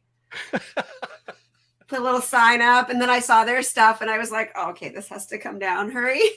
That's awesome. Thank you very much. I appreciate that. Kevin. Nice Canoehound Adventure sticker up there. Yeah. I got the idea from their sign. I just added that. That's all. So you and I, we seen each other just on this past weekend. Yes, we did. And you didn't give me COVID, so I was very happy about that. Thank you. you don't know how many people stepped back from me when I told them I didn't step back. I just washed my hands. Yeah, no, I was perfectly fine to be How there. are you? So. You did too. Actually, there's somebody else that I talked to the other day too. Hey, it's like it's been what 8 or 9 days now since since I finished my quarantine, and still people just step back, right? It's like, yeah, okay, whatever. I understand. That's why I wear my mask around them too usually. So you should try deodorant. yes, yeah, that might get them a little closer too. But Yeah. So what's new, Christina? What's going on with you these days? Not much, just hanging out. Yeah, you had a busy winter, eh? A lot of solo camping and camping with some of your girlfriends and stuff like that.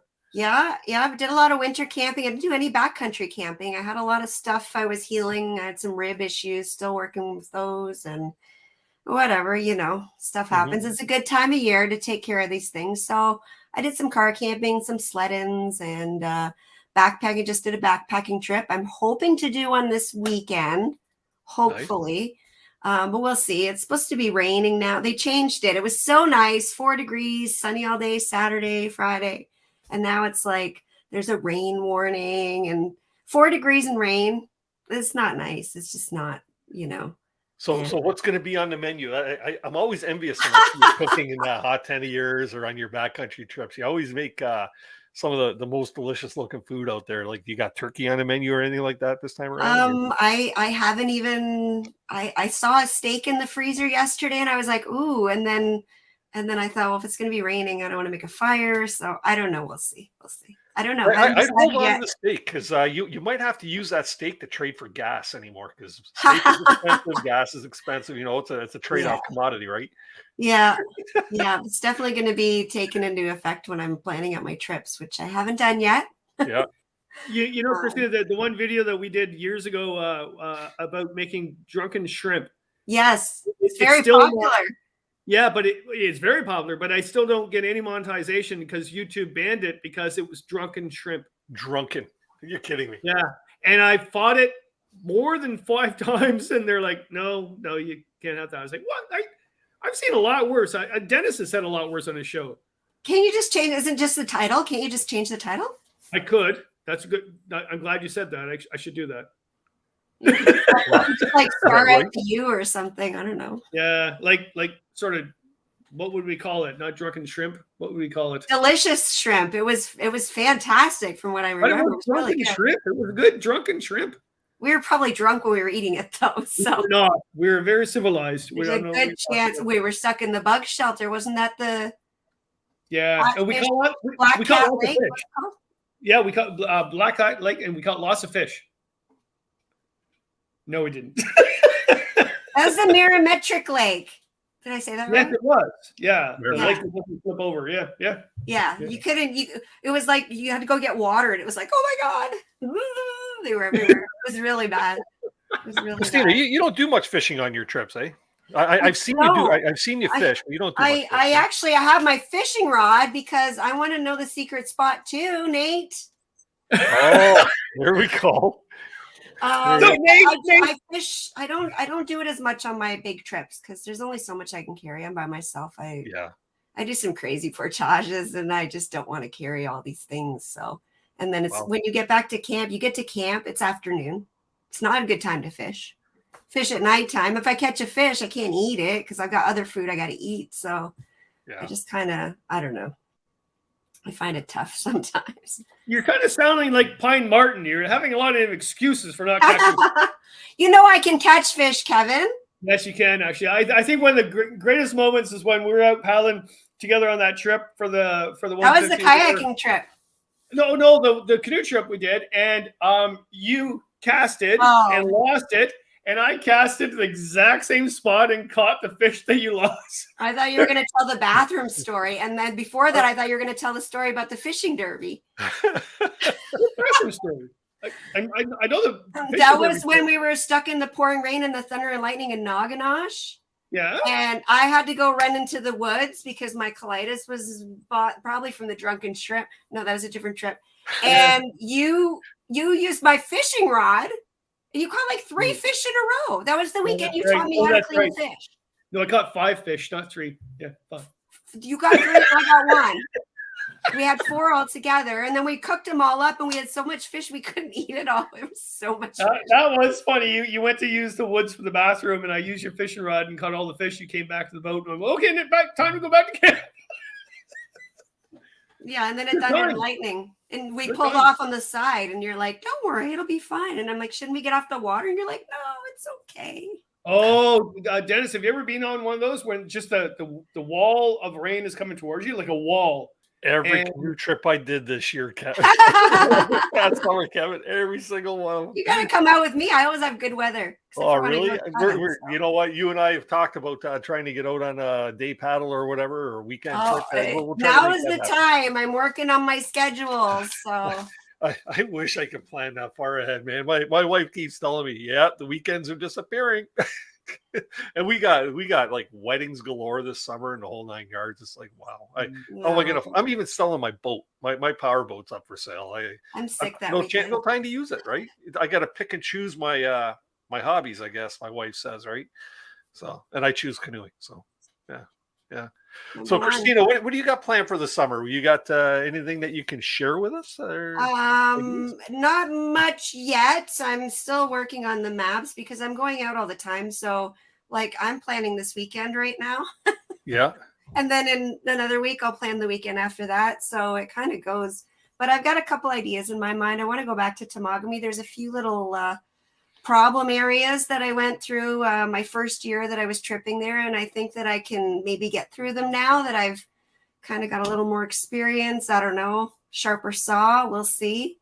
But other than that, I'm at the Outdoor Adventure Show in 2 weeks. You're presenting as well? You have presentations? Pardon me? Will you be presenting as well? I am presenting as well. I saw that you're presenting. I'm presenting on Saturday and Sunday. I have got a free pair of Keens to give away both days, thanks to Keen. I've got some meals from OTG that Randy gave me.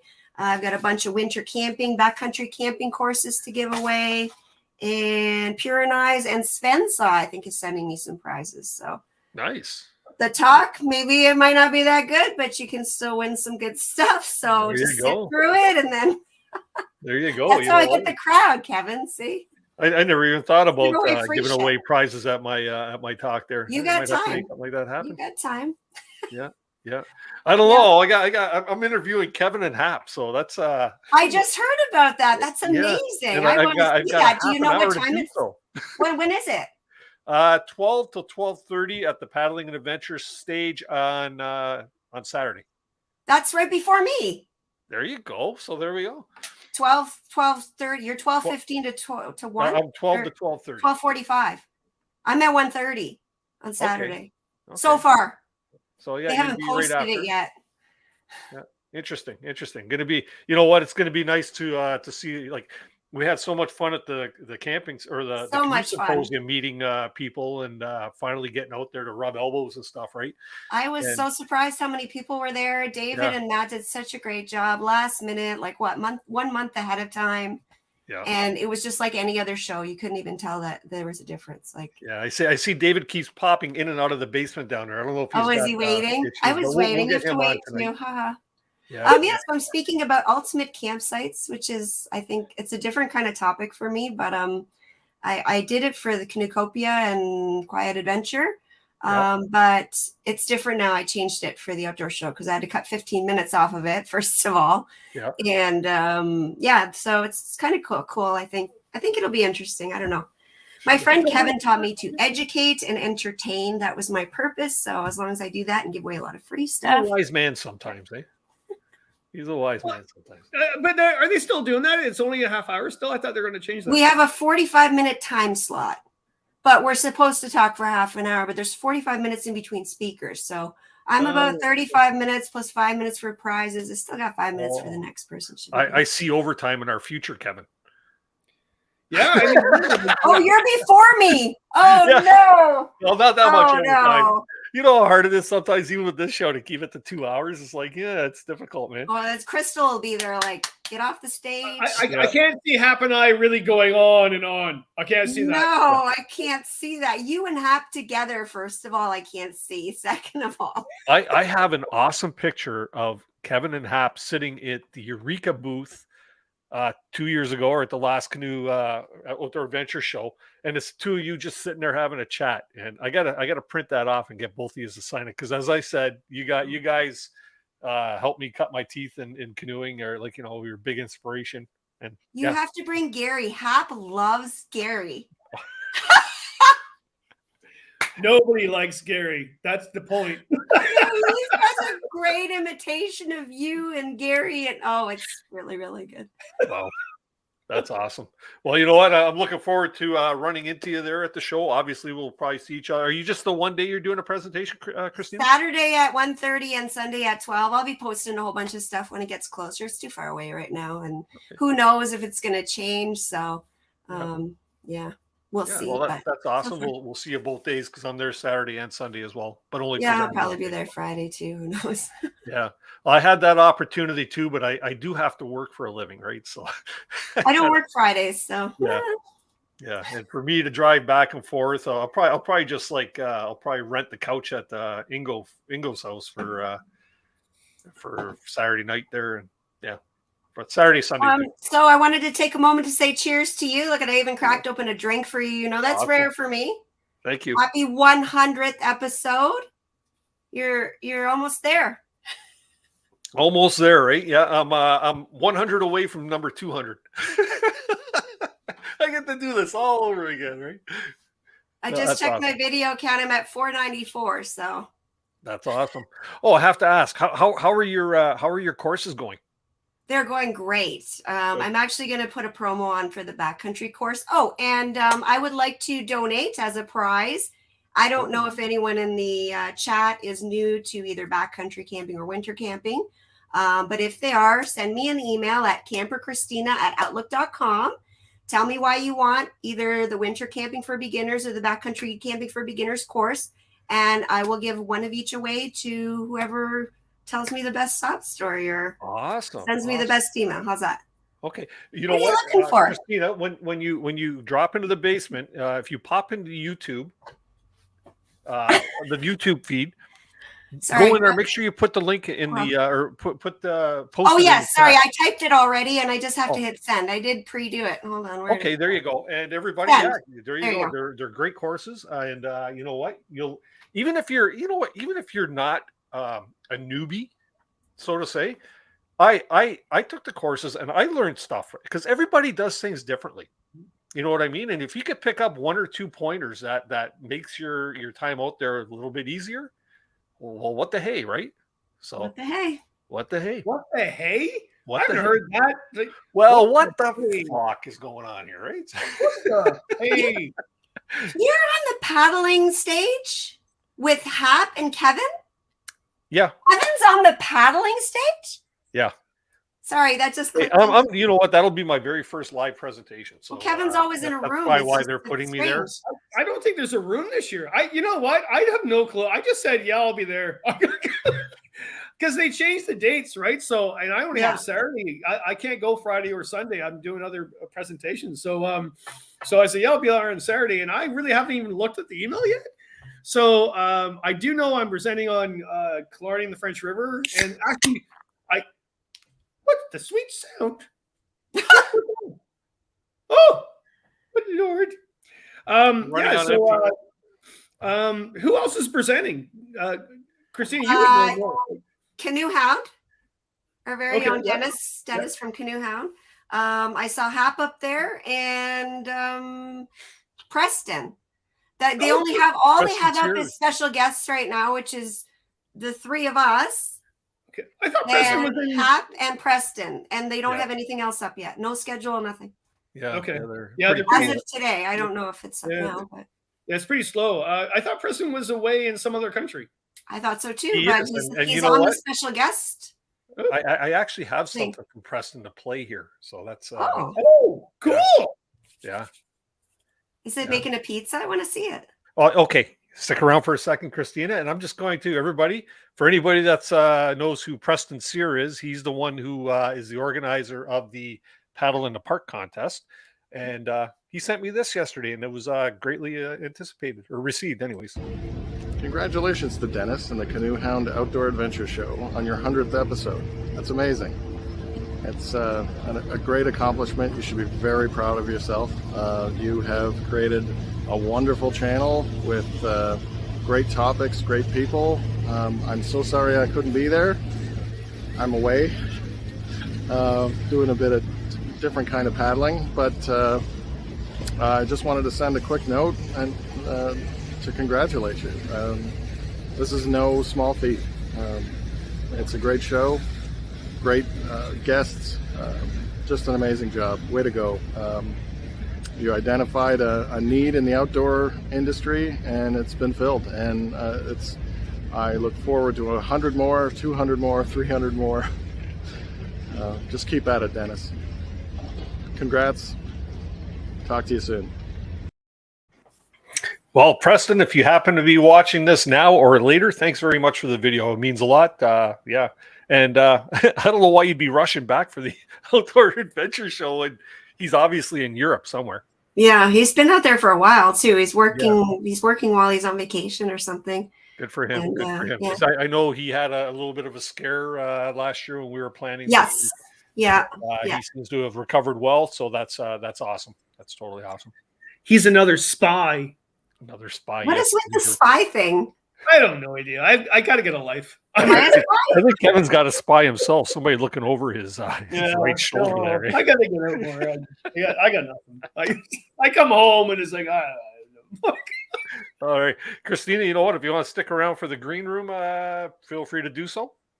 And Okie we'll dokie. talk to you in a bit. Thanks for All going right. over and above with the 100 and Yeah, like I said, Cheryl and Ben totally outdid me. Nice job, guys. I was like hooting and hollering in the green room for them. I was so impressed by their fabulous stuff. Whatever. It's Thanks. okay. Look forward to seeing you at the Outdoor Adventure Show as well. So You too. Congratulations. thanks very much. Talk soon. That's awesome. You know what? So much fun. So much fun. It's all good times. You know what? We still got like 5 people right now in the basement. I see somebody else just popped in. So bear with me down there, everybody. We're going to get to all of you, even if we have to go to overtime. Somebody is the next 2 guests that we're going to have on are actually a part of the what you call the Rat Pack. Here we go. Welcome to the live stream, Marty Morrisette. How you doing, Marty? Here's my friend. Oh, Marty, tell everybody about your last Instagram a fire starter trick. Wait, before I got to get you guys a little more drunk, so you take a couple of sips for me. Okay, you know what? To me, it's not about being drunk. It's about having to go pee every 5 minutes. I got a few years on you, Marty. No, Marty, I pulled one of yours today. So last week I brought that fire starter that actually you showed on Instagram. Yeah, Bigfoot and bushcraft. I said, look, I just got this thing. You want to figure out how to work it, and they did. And then I watched your Instagram with the well, you'll tell the story, but I brought one of those items as well. So, yeah, so it's bushcraft. It's Bigfoot bushcraft fire plugs, and they're just like little fire plugs that work really, really well. Like they can be completely submerged in water. You can open them up and then they'll take a spark like nothing. It's actually quite impressive for a fire starter. So I actually did a TikTok off of that, right? So I have like my TikTok account. So I posted it as a reel also, but on TikTok, it hit like 60,000 views overnight. Like it TikTok does that. And everybody, everybody's so smart in the comments, right? They're like, and they're going to tell you anything, right? And it's kind of funny, but one of the guys is like, why do you have to set up your phone on the ground to record? And then anyway, so, and I'll explain it a bit more later, but I essentially did a second video the next day about it, responding to some of the funny comments. So one of them was about the phone on the ground. He's like, why do you put the phone on the ground to do this? And I'm like, because it would be, because he was suggesting that I do it on a table, and I'm testing out a fire starter, right? So I go around, I'm like, I don't think I need to explain this one. And then someone else talked about like, a tampon would work well as well. And I'd never known. So I took a tampon and I fluffed it up, and then it takes a spark real well too. So that's surprising. But then I compared it to the fire plug, and I put both of them in a cup of water. And of course the fire plug started, and then I just took the tampon out of the cup of water. I'm like, do I really need to try this? Yeah. So I'm having fun with it, like you just, I don't think, whatever. You know what? Those fire plugs do work good, because they also sent me for some for promo purposes. And you know what? They smell good too. I know. That's I pranked my dad. I go, here, Dad, try one of these. And he goes, he went to take a bite. I go, no, don't eat that. So keep them away from the grandkids. They smell good enough to eat. Yeah, from the kids. Yeah, so they're fun plugs, but yeah, I'm having fun with the audience always. That's awesome. So what's new with you, Marty? What's going on these days? Man, doing the same old, you know what I mean? Like it's this time of the year for me where I don't go out all that much in general. Like I don't know, the spring is some people do go out still, but for me it's a time where it's not where I find it the most fun. Like until like mid-May or end of May, like I find it too muddy. But at the same time, for me, it's a good timing because my wife and I are into like gardening a lot and like homesteading at home. So it's like we started like 400 seedlings last weekend and did all that kind of stuff. So and then I'm opening up more gardens. But I'm in the meantime, what I do on my channel is I just kind of I go from winter tripping to like more educational stuff, right? So I'll teach them knots, how to do some shelters, a bunch of fun stuff going up. And so that's fun. And I have a podcast as well that I've started not that long ago. I've got maybe 10 episodes on there, and it's just another way to give back to the audience, right? Just try to provide as much value as possible so people are ready for the summer, because it's going to be a good one. Yeah. I noticed, Marty, lately you've been more active on Instagram and TikTok and not YouTube. Are you just experimenting? Or that's a good question. I went for 2 years straight without missing a week of publishing on YouTube, and I learned a lot along the way, like just for fun. And it was a lot of it was gear reviews or tips, and then my trips as part of that too. And then this winter, I really got into the winter tripping more, and I kind of pulled back a little bit from being so regimented around posting weekly on YouTube, if that makes sense, to try to focus more on a bit more of a quality product, if that makes sense. So, and that worked actually really well for me this winter. But what I ended up doing is I really discovered kind of over the winter how to take a 24-hour outing and make 60 pieces of content with it. Like it clicked in my head. So now if I go out on an overnight, and I know that in an overnight, there's usually, getting there, cutting firewood, setting up camp, cooking. Those are 4 events that I'll make a full video with, which will be 15 minutes. And then it's like, well, I can make 4 1-minute reels and TikTok with that as part of like each little stories. And then what I'll do is I'll do a 3-minute TikTok, which will take the 15 minutes and I'll condense it into 3 minutes. And then I'll post them as short reels and TikToks across, because it's essentially, to me, it's just a lot of the same. Like it's not like I'm doing a cooking show here and an outdoor show here. It's kind of all the same value that I have to offer, just in different format.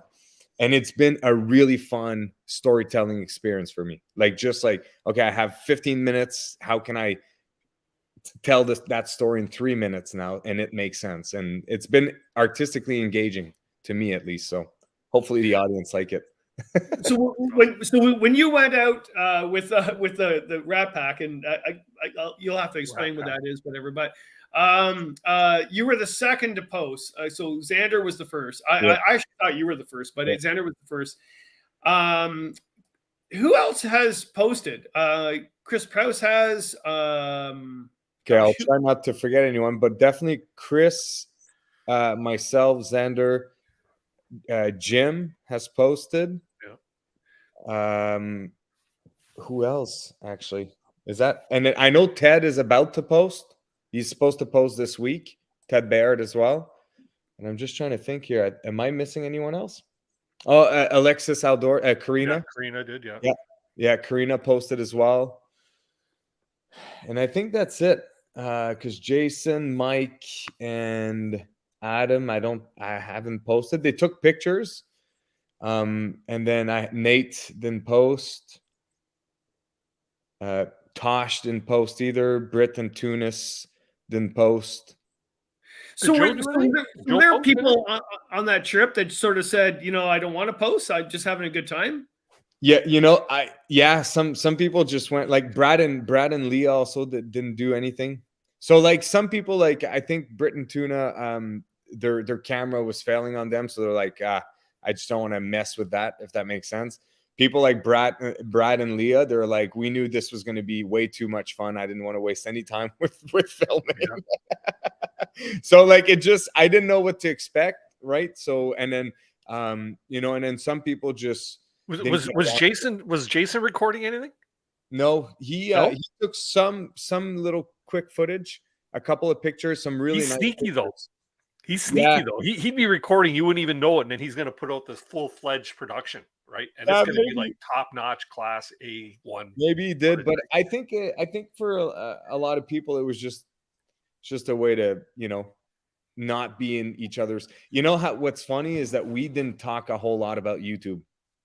Oh, Mr. Robinette. Yeah. We were all out there, and honestly, we didn't talk shop all that much. Most of it was sharing stories of our backcountry stories. So I think people were just kind of happy also that, some people were just like, you know what, I filmed so much. I just want to sit back on this one and enjoy it. So that's what it turned out to.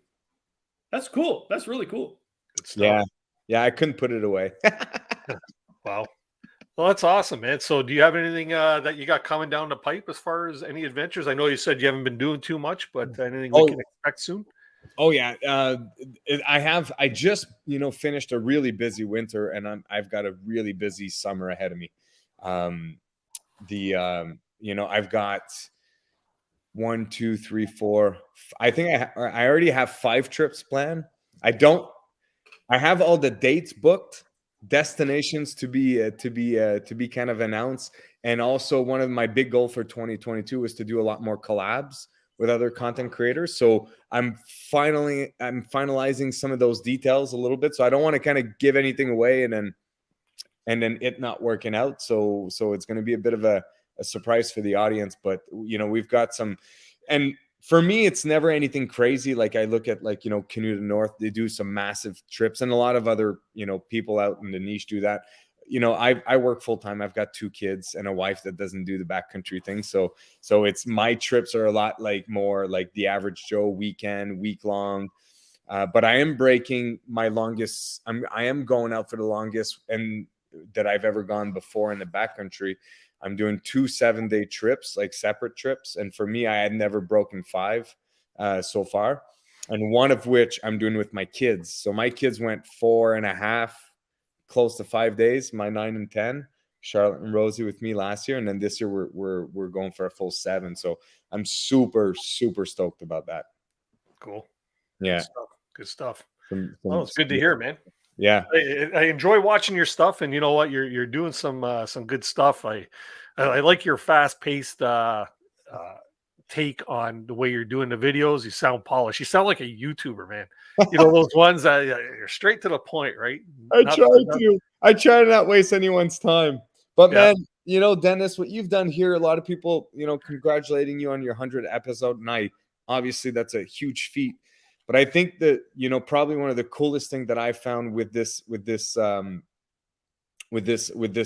stream on Tuesday night is you've really created something that I believe a lot in, and that's community. And you've created a place for people to come, camping nerds to just show up, hang out, and people of like kind of all levels of camping. And there's really no tier when we come here just to hang out, chat. Like a few years ago, I never thought I would have met some of the people I've met because of your channel. So it's been absolutely amazing. Like the community you've created is really, in my opinion, what shines, and it's quite good work that you've done. So I want to give you a big cheers for that. Here's at you, buddy. You know what? It's actually been as much fun for me as it has been for yourself. But I too have gotten to meet so many people that I follow on YouTube, and to me, everybody I've had on the show is a celebrity in their own right. You know what I mean? And the fact of the matter is, and it was part of the reason why I started this show back 3 years ago was. I watch a lot of YouTubers, and I always wanted to get to not to get personal with them, but to get to know them a little bit more type of thing.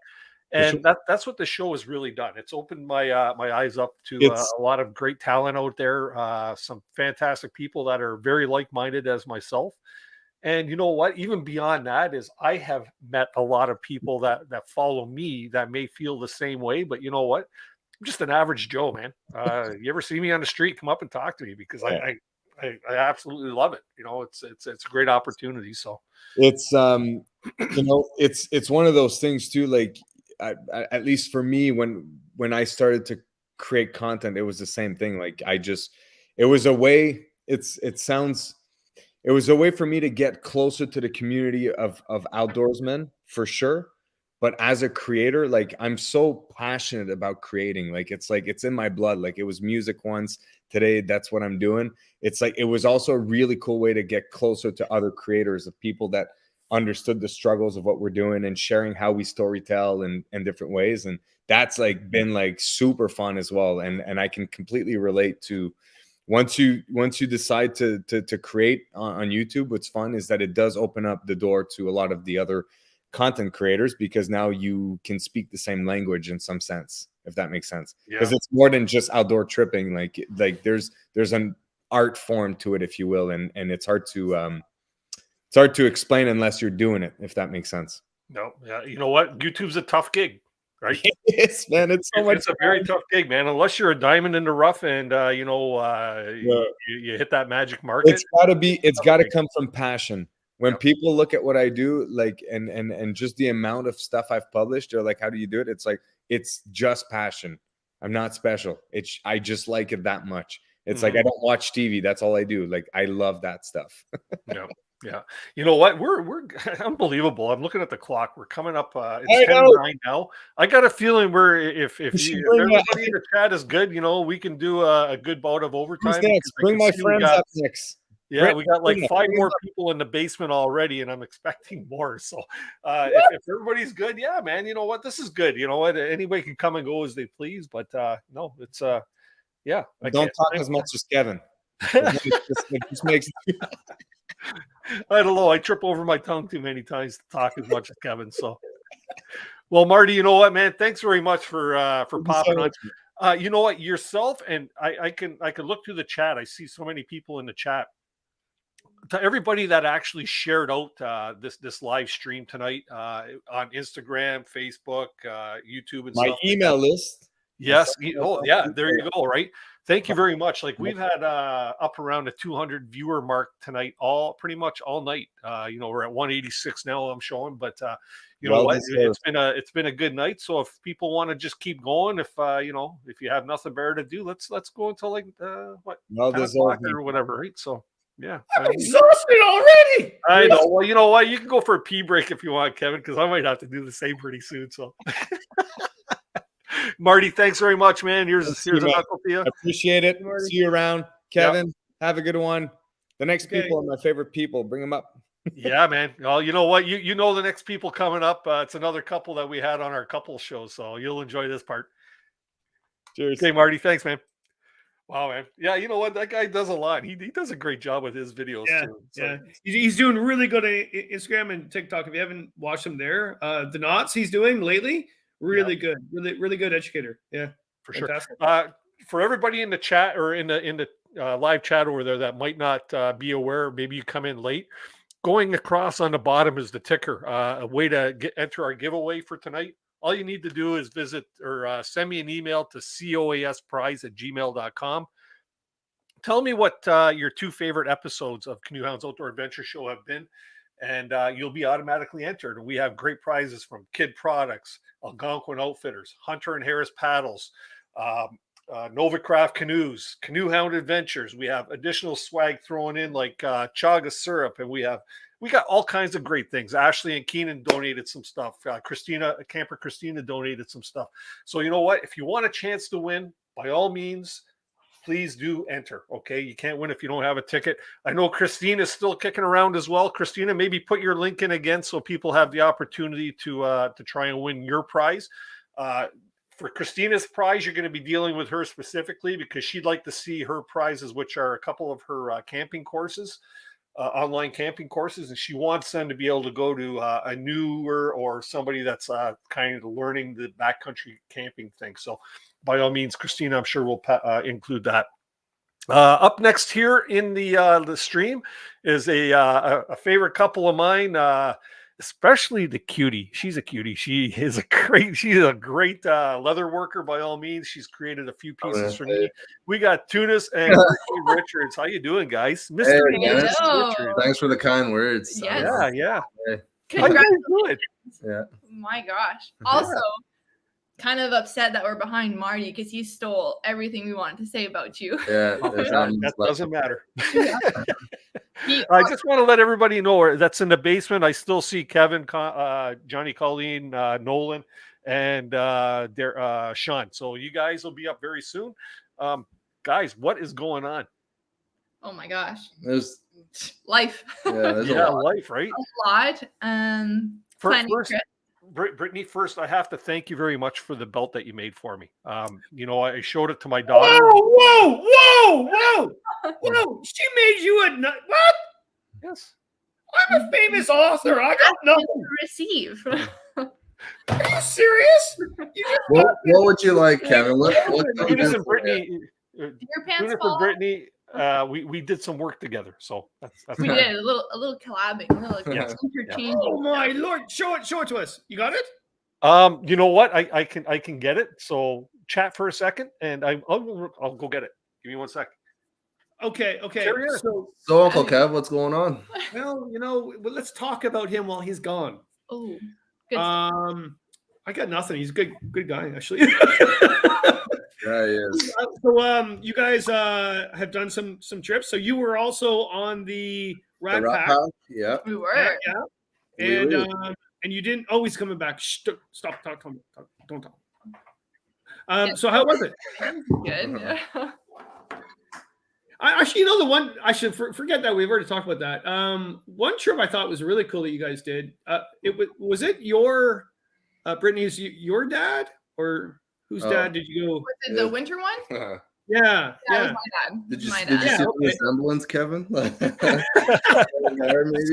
Sorry, I kind of blanked all that. But so was he accepted to that, or did you push him on it? Did you like? He was the one bugging us. He Yeah. was like, "You have to do your camping. Like, Yeah, he come was- up to Timmins because it's." He was cold." fired up. Like, it was really cold that week in Timmins. It was like, I don't know, it's Timmins, so it's usually -40. And he was just like, nope, we're going. He's like, I want a lake trout and I want to go camping, so let's do it. So all That's right. great. And what did he think about being on camera with you guys too? Had he seen your stuff, or did he? My dad has always loved being in front of a camera, so this was just an opportunity for him to just shine. Yeah, it's funny. The more that Britt likes to watch home movies a lot, so like the more you watch his home movies, like he's posing. He's an old school talking. YouTuber. Like you watch him, and he's just getting all the shots. That's cool. That's cool. So you kind of made his day when you did that, right? Yeah. Absolutely. Yeah. At the end, I asked him. I think it was you're like, and like, what would you like to say? And he like automatically went to like, subscribe, comment, and like it wasn't rehearsed. He just like automatically knew what to say. I was like, wow, like natural. That was a true northern moment too, when your truck didn't start. He's like, whatever, we'll get this fixed. Oh yeah. And he didn't say that. The body language you could tell. He's like, whatever. Wasn't worried. Yeah. Got the Yeah. body heater under the motor there and figured it out. Yeah, we figured it out.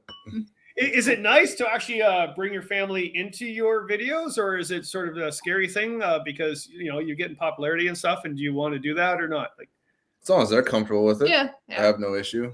Yeah. I feel like we're still figuring out the whole being in front of the camera thing. So And we're like the stuff that we aren't comfortable with, and for safety and stuff, we just don't share, right? So like we're comfortable with sharing where we are and stuff like that, and yeah, I don't know. yeah, it's fun. It's working. Yeah. I think when the first video I ever watched of you guys, I think you were in Algonquin somewhere, but you went to a side lake for the day and you made a fire and you fished. I don't think you caught anything. Is that the one where they decided to call it a day and come back out again? It was miserable weather. It was, Oh, it was strike. Our failed tarp camping. Oh no, it wasn't in winter. No, it was no. Sorry, there was no ice on the lake. I forget about it. I just know the moment that you made a fire, you're having a good time, and it was like we've always talked about tonight. It was like I can visualize that moment of anybody doing that, right? And and that's what you guys do. I think it's fantastic. And that's what we want. We want people to just kind of come along for We're the just ride. average Joes, like I said. We do this all the time, but like we're nothing special, so we're just sharing. Like I said, the ups and downs and all around. So the one thing also, sorry, Dennis, you can show your leather in a minute. Yeah. So you guys did that series of going down the French River to Killarney, which is fantastic. And then you did what YouTubers are doing now. They did the 1 hour documentary of it together. 1 hour, Right? 2 hours. yeah, it's a long 2 time. hours? I Well, cannot believe. Yeah, it's a long time. that was pretty good because I sat through the whole thing and watched 2 hours. Oh, But thanks, Kev. what I liked about it is that it seemed different because I already watched the series and I love the series, right? So I'm thinking, I don't know if I'm going to watch. Yeah. Here we go again, because I've done that, right? You combine everything and put it into one thing. Oh, yeah, here's the YouTubers doing this again. Yeah. And, but you actually had so much B-roll that in it that it seemed completely different to me, actually. Yeah. So like I didn't lose. I didn't save my initial full edit, so I couldn't really tweak like the stuff where there's music overlapping and stuff. That was just the final cut because I couldn't change anything because I didn't have the original file. So all I did was just cut out the fluff, like in between everything. So I just literally got to the point what I thought was, part of the story, kept it, and the rest I just threw out, which ended up being 45 minutes worth of stuff. So which it was still a long video, which is crazy that people actually sit and watch 2 hours worth of video. And it's also where like a little scarce on content right now too. So it's just like, oh well, we gotta, some people like this kind of format, so we'll throw it out there and see what happens. And yes, a lot of people. I think everybody's running short on content right now because if you look at the YouTube listings on like Thursday, Friday, Saturday, Sunday. There's a few select that are getting their posts up like crazy, and then there's like a lot of stuff that you all of a sudden you're drifting and looking for other things now, and you start watching other topics and stuff, right? So like Marty said, like our main camera and stuff's out right now being repaired, so we're that was $1,200 just to get it fixed. So we're so we're waiting for that to come back, and I'm trying to make do with the one GoPro we have left that didn't break and our phone. So that's what the last couple videos have been. So it's just it is what it is, right? And you've been doing a lot of collabs of late too, eh? Well, you were with the Rat Pack, right? You've done stuff with Tosh. You've done stuff with who else? There's been a few of late. Average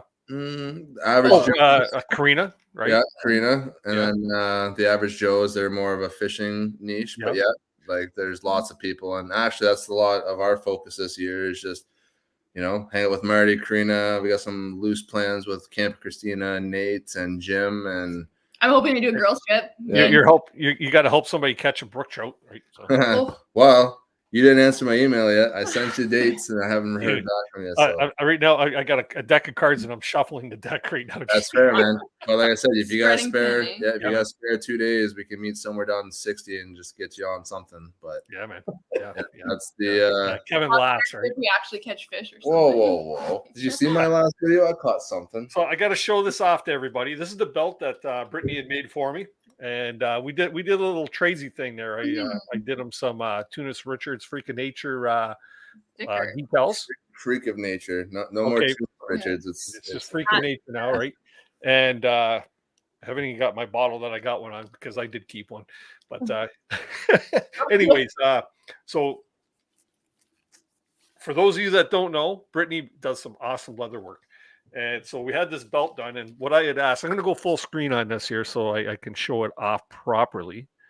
Now let's see here. There we go.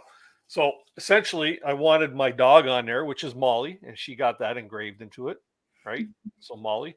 And then my daughters all have like matching hummingbird tattoos. So she got, and my wife, sorry. So she got the hummingbirds on there. And then representing kind of me, no, not a canoe hound, it would be a loon. And she got a beautiful pattern, exactly what I wanted. You did a fantastic job on this, and it actually fits under my gut really good. I am so nervous every time I come out because like I'm very new to this, so like I don't know my size exactly. Well, I also think people lie about their size. Yeah, I'm starting to think that too. I'm 32. Well, that's what I told you, 34, 36. It's like Tosh wanted a belt from us originally, and Tosh walks in. He's a massive man. Like he makes me look like a boy. So he walks in, I'm like, that's not going to fit. Like, it does. It barely fits. He was on the last hole. He's like, I'll make it work. I'm like, no, I'm making you a new one. So we ended up turning his belt into a dog collar and then making him a whole new belt. But can I show one thing off? Most certainly, yes, 100%. Because it's like fishing season or coming up to like fishing season. And I really, Kevin will appreciate this. I really hope that this person I commissioned the belt for is not looking because I haven't even showed him yet. But like, come on. Wow. Oh, that is sexy. That is nice. Little fly. Nice. Oh, the flies too. Oh my! Why are you looking at her fly there? Very proud of this one. So I had to show this one off. Sorry. You know what? You can see the like you keep posting all this stuff on Instagram. Yeah. And you keep improving with which again, Marty's talking like doing this whole social media thing is easy about posting all these videos. It is hard work. So like for anyone that does it, and especially you, Dennis, like also we really wanted to thank you for like doing this. You have allowed us to meet so many people. Yeah, you're my first live chat or anything ever, so that was an incredible experience. There he is. There's one of the hummingbirds right over my shoulder here. So yeah. Where is your hummingbird tattoo? On my ankle. Can we see it? You have to bend her like Gumby to see it. I don't know if I can get it up that high. Here, you want to see if we can see it? She's gonna try and pull up her pant leg. We'll let her accomplish that. Oh, there we go. Okay. See, I wasn't kidding. I don't know if we can get that. There's my white tattoo. See, I told you my wife is badass, right? So, That is badass. oh, did I see that? Okay. There it is. What motorcycle gang do you belong to? And the cutest part is both my daughters have matching tattoos. So yeah, That is cute. that was the girl thing to do, right? So yeah. I'll have you have a little bit of something on your hip every time you go out now. There we go. Yeah, yeah. Well, that was her ankle, not her hip. Yeah. Well, now it'll be on your hip. though. He's talking about the. I know, I'm kidding. Okay. Kevin's gonna pass out up there. Well, you know what, guys, it's been a pleasure. Thanks for coming on the show. You know what? It was really fun having you guys on our couple show. You know what? And on there was another one that Tunis is on where we were talking about tragedy in the backcountry. Thanks. Oh, my axe, axe in the foot. Yeah, with your axe accident. How's the foot doing these days? Good, yeah, like Good. new. Doing some yoga the other day. Yeah, just can't be a foot model. There you go. There you go. Wait a minute. You did yoga the other day? Did I just see that? Yeah. Yeah. He's Do you have pictures of that? I'm pretty flexible, Kevin. I can. I'm kind of aroused right now. I'll turn into a pretzel for you. Oh, good lord. Good lord. Oh man. Well, you know what? We do have 4 other people in the basement right now I'd like to get to. Absolutely. Tunis, Brittany, thanks it's so much. astronomical. Huh? Here. You know what? Cheers. Right at you. Cheers. Cheers. I'm sipping nothing. And something will happen this year. You know what? It'd be really nice to try and hook up with you for some rainbow or speckles, but it's too bad. You know what? It's too bad the ice is disappearing already. Believe it or not, I was looking forward to more winter camping. So I'm excited for summer. Yeah. Well, we might actually see you at the Outdoors show. We're going a couple weeks. Karina actually invited us to come with her. So cool. Make sure you do. I'll be at the KIHD Products booth for the whole weekend. So perfect. Definitely. We'll see you guys there then. We'll run into each other, I'm sure. Sounds good. Okay, guys. High five to you. Thanks very much for coming on. Take care, Thanks guys. for everything. Later. Yeah, Kevin, if you need something really cool made out of leather. Well, obviously, you get whatever. No, I get nothing. Not quite like that, but yeah, not quite like that. I'm just joking. No, she does make an amazing work, and I would love to have that belt with brook trout, and then actually give it to Pine Martin. So he'd catch something, right? Yeah, he at least to have a fish around his waist. Yeah, instead of us on his line. But who else we got? All right, let's get on to our next guest. Next guest is one of our favorite cooks. He's one of our bear specialists, and he's been on the show many a times as well. Kevin Ride, the other Kevin. Woo! How you doing, Kevin? Put your microphone on, bud. My students watched. So my students watched you yesterday. Oh, there we go. Yeah, now you hear me. Whoa. Dennis, if you want winter camping, just come up to Thunder Bay. We've got another storm coming this weekend. You know, plenty of hard water for you too. Yeah. I'd love to get another winter camping trip in, but I don't think that's going to be in the cards for me. So yeah. The Esker's going to have to go into storage for a bit and break out the other stuff. Break out the hammock. Yes. Yeah, I'm looking forward to a great season. I want to thank you, Dennis, for all that you've done the last 3 years. This is a pretty big accomplishment, 100 episodes. Thank you. Every show is awesome, and really happy you brought, as Marty. Oh, he went into mute again. Oh. Especially during COVID. There you go. There we are. Especially during COVID, you brought the community together, and it's just great, as Marty said about. Man, it's slipping all the time. I don't know. And I'm just trying to say some nice things, and technology's cutting me off. I get the point. You know what? It's hard to believe that so much of this is actually taking place through COVID, right? Yeah. It was a good time for you to do this. I really think so. Oh, thanks, man. I appreciate it. You know what? It's been awesome having you on the show as well, sharing so many of your great recipes and your expertise when it comes to dehydrating food.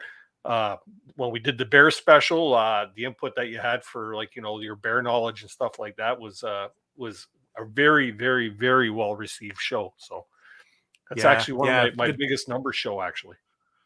Fun to be part of that one. That was good. That was good. Yeah. And I hope more people are safer out there with bear spray and, you know, camping in a clean camp and keeping their camp clean, that kind of stuff. Yeah. Well, you know what? We still do get requests for that type of topic, and you never know, it might happen again, you know, where we might like, you know, do a refresher on it, because it's always a good thing to know how to be safe out there in the backcountry when it comes to that type of thing. For sure. For sure. Yeah. Yeah. So what's Kevin got coming down the pipe? Anything new and exciting? My YouTube has been a little bit slow over the winter, partly because we have so much snow. Like, we seriously have still like waist deep snow all around us. So it's just really tough to get out. Even with snowshoes, you know, you sink right down to the bottom.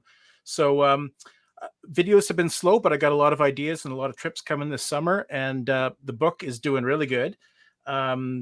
Thanks to a few shout outs online from some other folks. I'm back on my publisher's bestseller list. So I'm kind of 11 months after you publish, you pop back up on the list. So that's kind of cool. So I'm happy to give one away. If tonight, Dennis, I'll throw one into the pot. Backcountry Eats, very popular book, and I'll throw one into the gift basket, if you will, for your show. Okay. Well, you know what? We'll do that as a standalone prize. So there we go. We've just gone up to 11 prize giveaways. So right going across the ticker at the bottom. If you want to enter the giveaway, by all means, get your entry in, because all kinds of cool swag to be given away. So yeah, thanks, Kevin. That's very generous. But for those that may not win, how can they actually pick up a copy of your Backcountry Eats? You can find it on Amazon, or you can go to backcountry-eats.com. I've got a bit of a website where they can read a little bit more about it. Mm-hmm. Yeah. And I must say, I do have a copy of it. Actually, my buddy Jay, he picked up a copy of it as well. And he says, this is a great book, right? So he's turning into a dehydrating fiend, which is awesome, because we do a lot of combined meal planning when we do our big canoe trips and stuff like that. So somebody else is going to be cooking besides me. And thanks, Kevin. I got That's good. It's good to spread the work around. Yeah. So you got any trips planned for the spring when the snow finally does start to disappear for you up there? Yeah, I want to do, I don't know if maybe Kevin is aware of this route, but the Cache River in Quetico. I've been thinking about hitting that one up. It's one where the river's pretty low and you need to do it in high water. So with all the snow on the ground, I'm thinking this spring I'll try and hit that as my first trip of the season, and then we'll go from there. I got a few other ideas, but playing it by ear. Yeah, awesome. Yeah. Just make sure you do that when the water is high, or you'd be walking. Yeah, my wife and I did it many years ago. It's got like a couple of the longest portages in Quetico. I know Algonquin's got some serious portages, but this one is like 2K. It's kind of funny. You get about halfway through. Kevin, you really want to do that? Yeah, you get halfway through. Oh, this is oh, that's not too bad. It's not too bad. No, I did that route. I didn't put it in my guidebook because it was horrid. It's a tough route. It's a tough route. The biggest challenge is that first portage, the first big one that you do. You get to a stream in the middle of the portage, and the stream is 17 foot across. So you put your boat in, you paddle it 1 foot, and you get out. And you do, it's just one of those ridiculous things that's really tough mentally to deal with. Wow. Isn't Kevin Callan so encouraging? Tell him about the canoe trip you're going to do. It's going to be hell. Don't do it, Kevin. He did something called the meanest link, and now he's telling me not to do this other little thing. So, I know. Yeah. I should write a guidebook. Don't do these routes. Yeah, canoe routes you shouldn't do. There you go. I bet it would sell. I bet you it would too, right? Yeah. Or you know what? It might turn around and open up them routes again. Use them or lose them, right? Perhaps. Yeah. Perhaps. Yeah, you can lose. Anyway, I just want to say.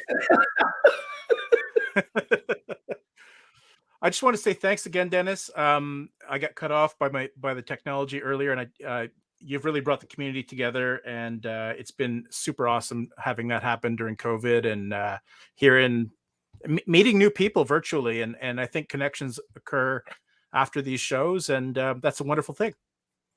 Awesome. Thanks, man. I appreciate that. Like I say, you're always a welcome guest on the show. I come to you time and time again because you know your stuff, and you're a big asset to the community yourself. So I got a please big keep doing what you're doing. Yeah. I said you're an asset to the community yourself. So I hope that the asset didn't get cut in half, right? I beat the other Kevin to a joke. Okay. Oh. Oh, you know what? By the way, please do me one favor when you're shooting your videos. Do not stop wearing the glasses, because I could pre-read what you're talking about through your glasses on the. Oh, that's awesome. Yeah, I like to I film can see with the the sun on my reflection of face, your that's why I wear the notes on your glasses. camera. Really? Kevin's gonna go back and Sometimes. watch all your videos now. Oh, I am. I gotta go. I've never noticed that before. I'm gonna do that tonight. Yeah, there you go. There you go. You're gonna get your whole library watched tonight, there, Kevin, by Kevin, right? So. Well, no, the one great video he did, he roasted a chicken in his hot tent under a reflector oven, and I got to try that. That's fantastic. Yes. That was also the forestry stuff worked well because we're past. Well, he's still working in forestry, but I show my students your videos when I'm teaching forestry, because you had that older gentleman on talking about the whole sustainability and everything else. I think that was fascinating. Yeah, Malcolm Squires. He's a local legend. He's getting on in the years, but I've known him professionally for many years, and he writes in the local newspaper. He takes people out on tours. He's done a lot of forest management and a lot of tree planting. And he and I have paired up, and we're gonna, when the snow is gone, we're gonna get back out and do some more of those. They're sort of niche videos. I get about 1,000 views per video. They're not the most popular ones, but they're out there, and recording some of his knowledge is just a good thing to be part of. Yeah. I mean, with YouTube, we can get the thousands of viewers, or we can get the 1,000. But the students that watched it yesterday, they're mesmerized with this guy, right? Very knowledgeable, and right on. Yeah, you capture. Yeah. I'll pass that on. Yeah. Malcolm's a legend, and I'm going to try and make some more videos this spring. That's good. Looking forward to them as usual. Yeah, nice to see all the content from everybody coming out. That's what I look forward to in the spring, is more content. Oh, there's no pressure at all. I know, right? Oh. We can't all be like Kevin Callan and put out like 8 videos in one day, right? Even though they're shorts, but they're still 8 videos. I was pulling on Marty. Yeah. Well, Kevin Ride, thank you very much for popping on. I look forward to seeing you again in the future. You will definitely be on the show again. So thanks much, man. Right on. Thank you, Dennis. Thank you, Kevin. Okay, buddy. Have a great night. Bye, Kevin. There you go, everybody. Pick up your copy of Backcountry Eats. Great book if you're looking into learning how to dehydrate, and a bunch of great recipes and different ways to do things. He's got it all covered in the book. It's very, very, very content rich, I would say. Oh, very solid book. Very solid book. Yeah, for sure. Well, our next couple coming up on screen now have a show similar to Canoe Hounds Outdoor Adventure Show that deals with backcountry couples. And please welcome to the live stream from KUEHL. We got Johnny and Colleen. How you doing, guys? Hey. Congratulations. Cheers, man. Cheers. I'm a little late to the party. I just got done work, but I'm so glad we're still going. This is super awesome. Yeah, I think the last couple of times you guys have been representatives was just Johnny, because you were working. You got to stop working Tuesday nights. You know that, right? She has to have her Thursday nights off, so she has to work she has to work on Tuesday. So this has been exciting. I can't wait to watch the rewind. Like, holy moly! There's like 1,000 people in the chat. Looks like there's amazing, guests have been on and stuff like that. So I'm excited. And giveaway. It has been a fun night, for a show that I was kind of hoping it would really work out. It's been a great night. A lot of great people on.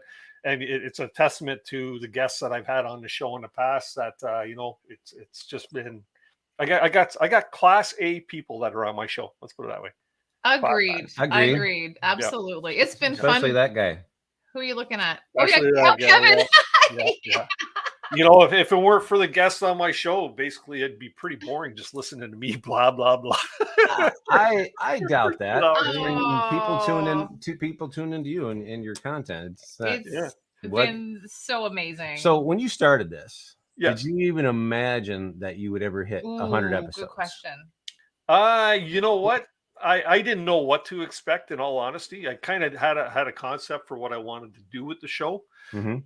And that stemmed back to like a crew of people that I hung out with on YouTube. And I said, I got this idea. I want to do this type of a show, right? And they go, the one fella, and I'm surprised he hasn't popped in tonight, Sty North, for those of you that might be familiar. Right. Yeah, Sty. He was one of my first guests. He was on the show, and it was like a 5-hour live stream, right? And it's like, yeah, we got to trim it down a little bit, but it was that was sort of the beginning of it. And yeah, it's just kind of trudged along and turned into what it is now. And there's still modifications I'd like to make to it for the future, but right. I never thought I'd make 100 episodes. And then I just popped on, and I just heard that you are speaking at the Toronto Outdoor Show too. Yeah. I got Well, a that's gig. exciting. Yeah. I'll probably be pooping my pants when I'm up there. You'll for be the just first time. fine. Just do Dennis. You'll be just fine. It's gonna be Yeah, awesome. I know. Yeah. Actually, I do pretty good in front of a crowd. That's all my relatives get me to be the MC at their weddings and stuff like that because I can I'm not blabber a shocked. bit, right? So No. yeah. You're comfortable in front of a mic. And the camera. It's all good for sure. And you're in front of Mike and Joe and John and Sally. That's and right. That's right. Very good. Awesome. Well, Come on, Kevin. Give me a. Where's your cowbell? Man? Oh, wait a minute. Oh gosh. So Johnny and Colleen, for those that might not be familiar with you or your channel, yes, tell us a little bit about KUEHL and your show that you have.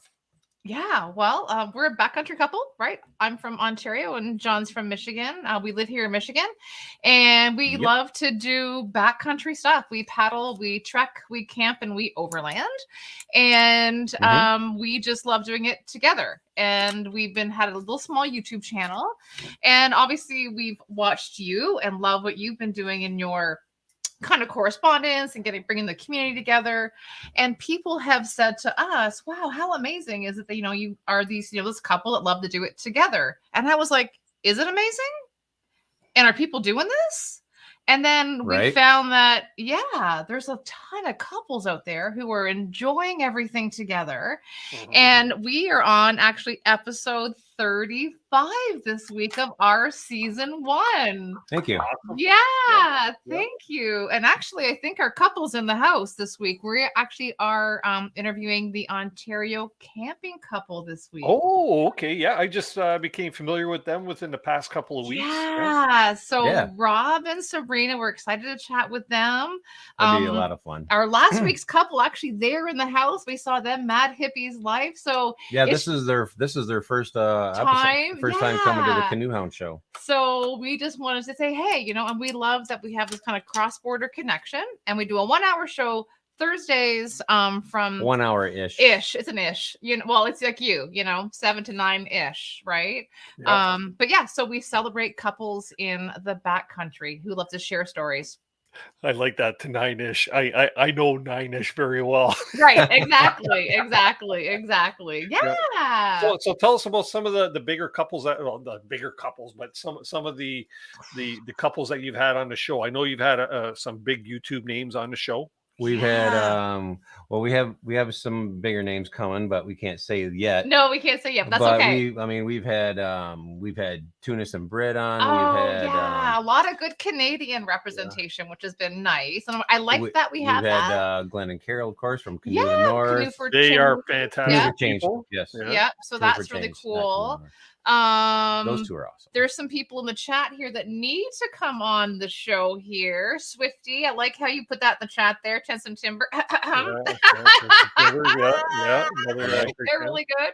And then we actually had a couple that wasn't a romantic couple, and it was Rue McClellan and Layla Grace, who are doing the American Perimeter Trail here in the U.S. So you know how there's the Appalachian Trail, the Continental Divide Trail, Yes. and the PCT. Well, he's an alumni of all that, but he's actually creating the American Perimeter Trail that is a 13,000 mile trail around the continental U.S. So that was really exciting to kind of share that with everybody. Yeah, Definitely. so it was a collaboration couple kind yeah. of thing. So that was cool. Who else we had? We had Venture to Rome just out there in Idaho. overlanding. It's just really neat, not just to have it just canoeing and backpacking. It's just really cool to have everyone share these really neat stories and just from all over the U.S. and Canada. Yeah, so the couples, all the couples that are on the show, they all represent our modalities of our four modalities. So yeah, we keep it diverse. Yep, it's all good. Yeah, that's cool. So now you've done some pretty sweet modifications to your vehicle too, for your overlanding stuff, right? I keep seeing little bits here and there on Instagram. Oh yeah, I mean that's his jam. That's my jam. So I mean, be able to take your vehicle and make it totally self-reliant and to be off grid for weeks at a time without being reliant on any cities or whatnot. You can be totally in forestry roads, and in the backcountry for like weeks on end. And Colleen, this weekend, wait until you show Johnny some of the backcountry roads up here in Ontario, Northern Ontario, right? I know. Yeah. We're getting there. We're getting there. We'll be.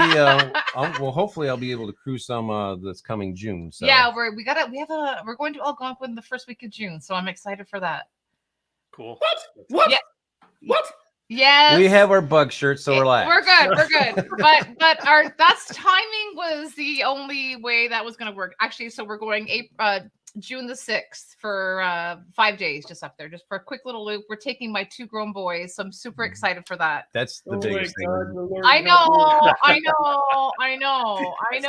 We got it, Kevin. We got it.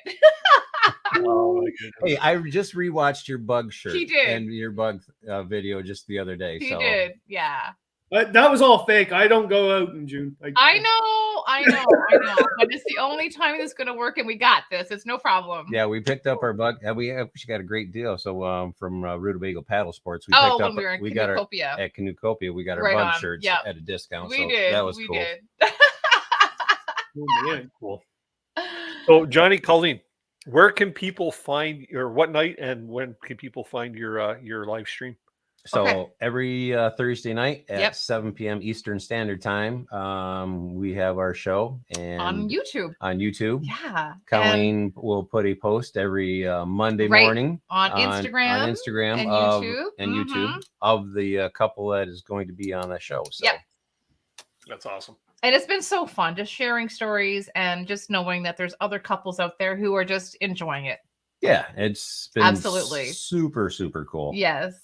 And a great conversation between the two of you and the two of them. And you guys always find so much in common with each other, too, when you're interviewing other guests. That's why there's that hour-ish. You know what I mean? Because there's always so much to chat about, right? Yeah. So, and every couple that we've met, we've always said, hey, you know what? Cheers to new friends. So, totally. Absolutely. And thank you, Dennis, again, very much. We met you 2 years ago. God, has it been that long? It's been 2 years, and again, obviously this time it was probably this time actually that we found you and we just kind of popped in the chat, and then obviously became part of this a little bit bigger and got to meet everybody in Ontario, and it's been like super awesome. So thank you very, very much, Kevin. We've met you a couple times, kind of in and out. We've chatted on the camping show with CW and at Canoeopia, and that was lots of fun too. So hopefully we get to see you all in the near future. We were hoping to go to the Toronto Outdoors show. We're booked already. Do it. Well, you know what we're doing? Because we're doing so much like backcountry stuff ourselves kind of coming up, we're actually taking a wilderness first aid course that weekend. Oh, nice. Yeah. Well, you'll need it for June in Algonquin because you'll need enough blood. I was waiting for that. I know, right? I know. We'll be just fine. Kevin, can you take the reins for a sec? My dog is like whining at me. You gotta go? For 1 second. I gotta let her upstairs. She's driving me nuts. I got this. I got it, Dennis. No problem. I got it. Okay, everybody, let's get naked. And when he comes back, whoop, whoop, whoop. So what was your inspiration behind doing the couples? What was the whole thing about doing couples? Well, it was just that people thought it was a phenomenon that we were a couple doing it, and experiencing things together. Because a lot of times it's solo, or it's the guys, or it's the girls, or you come home and go, oh man, I wish you saw this. What a great time we had. Instead, it's like, wow, we had so much fun and we did this together. And do you remember doing that? Right. And then just one night, Colleen was just sitting there brainstorming. She goes, what do you think if we did a show on couples? I'm like, okay, I'm listening. She goes, and she just started searching all social medias for a show on backcountry couples. And then we started with couples camping or whatever like that. Couldn't find hardly anything. I mean, on a show, show-wise that is. But she found couples out there, but no one doing a show in showing off. And then we just started with friends that we knew, that had YouTube channels that were couples, and everyone was just like, how fun is that to share stories as a couple? So it was, it's been a lot of fun. And everybody that's come on the show has had an awesome time.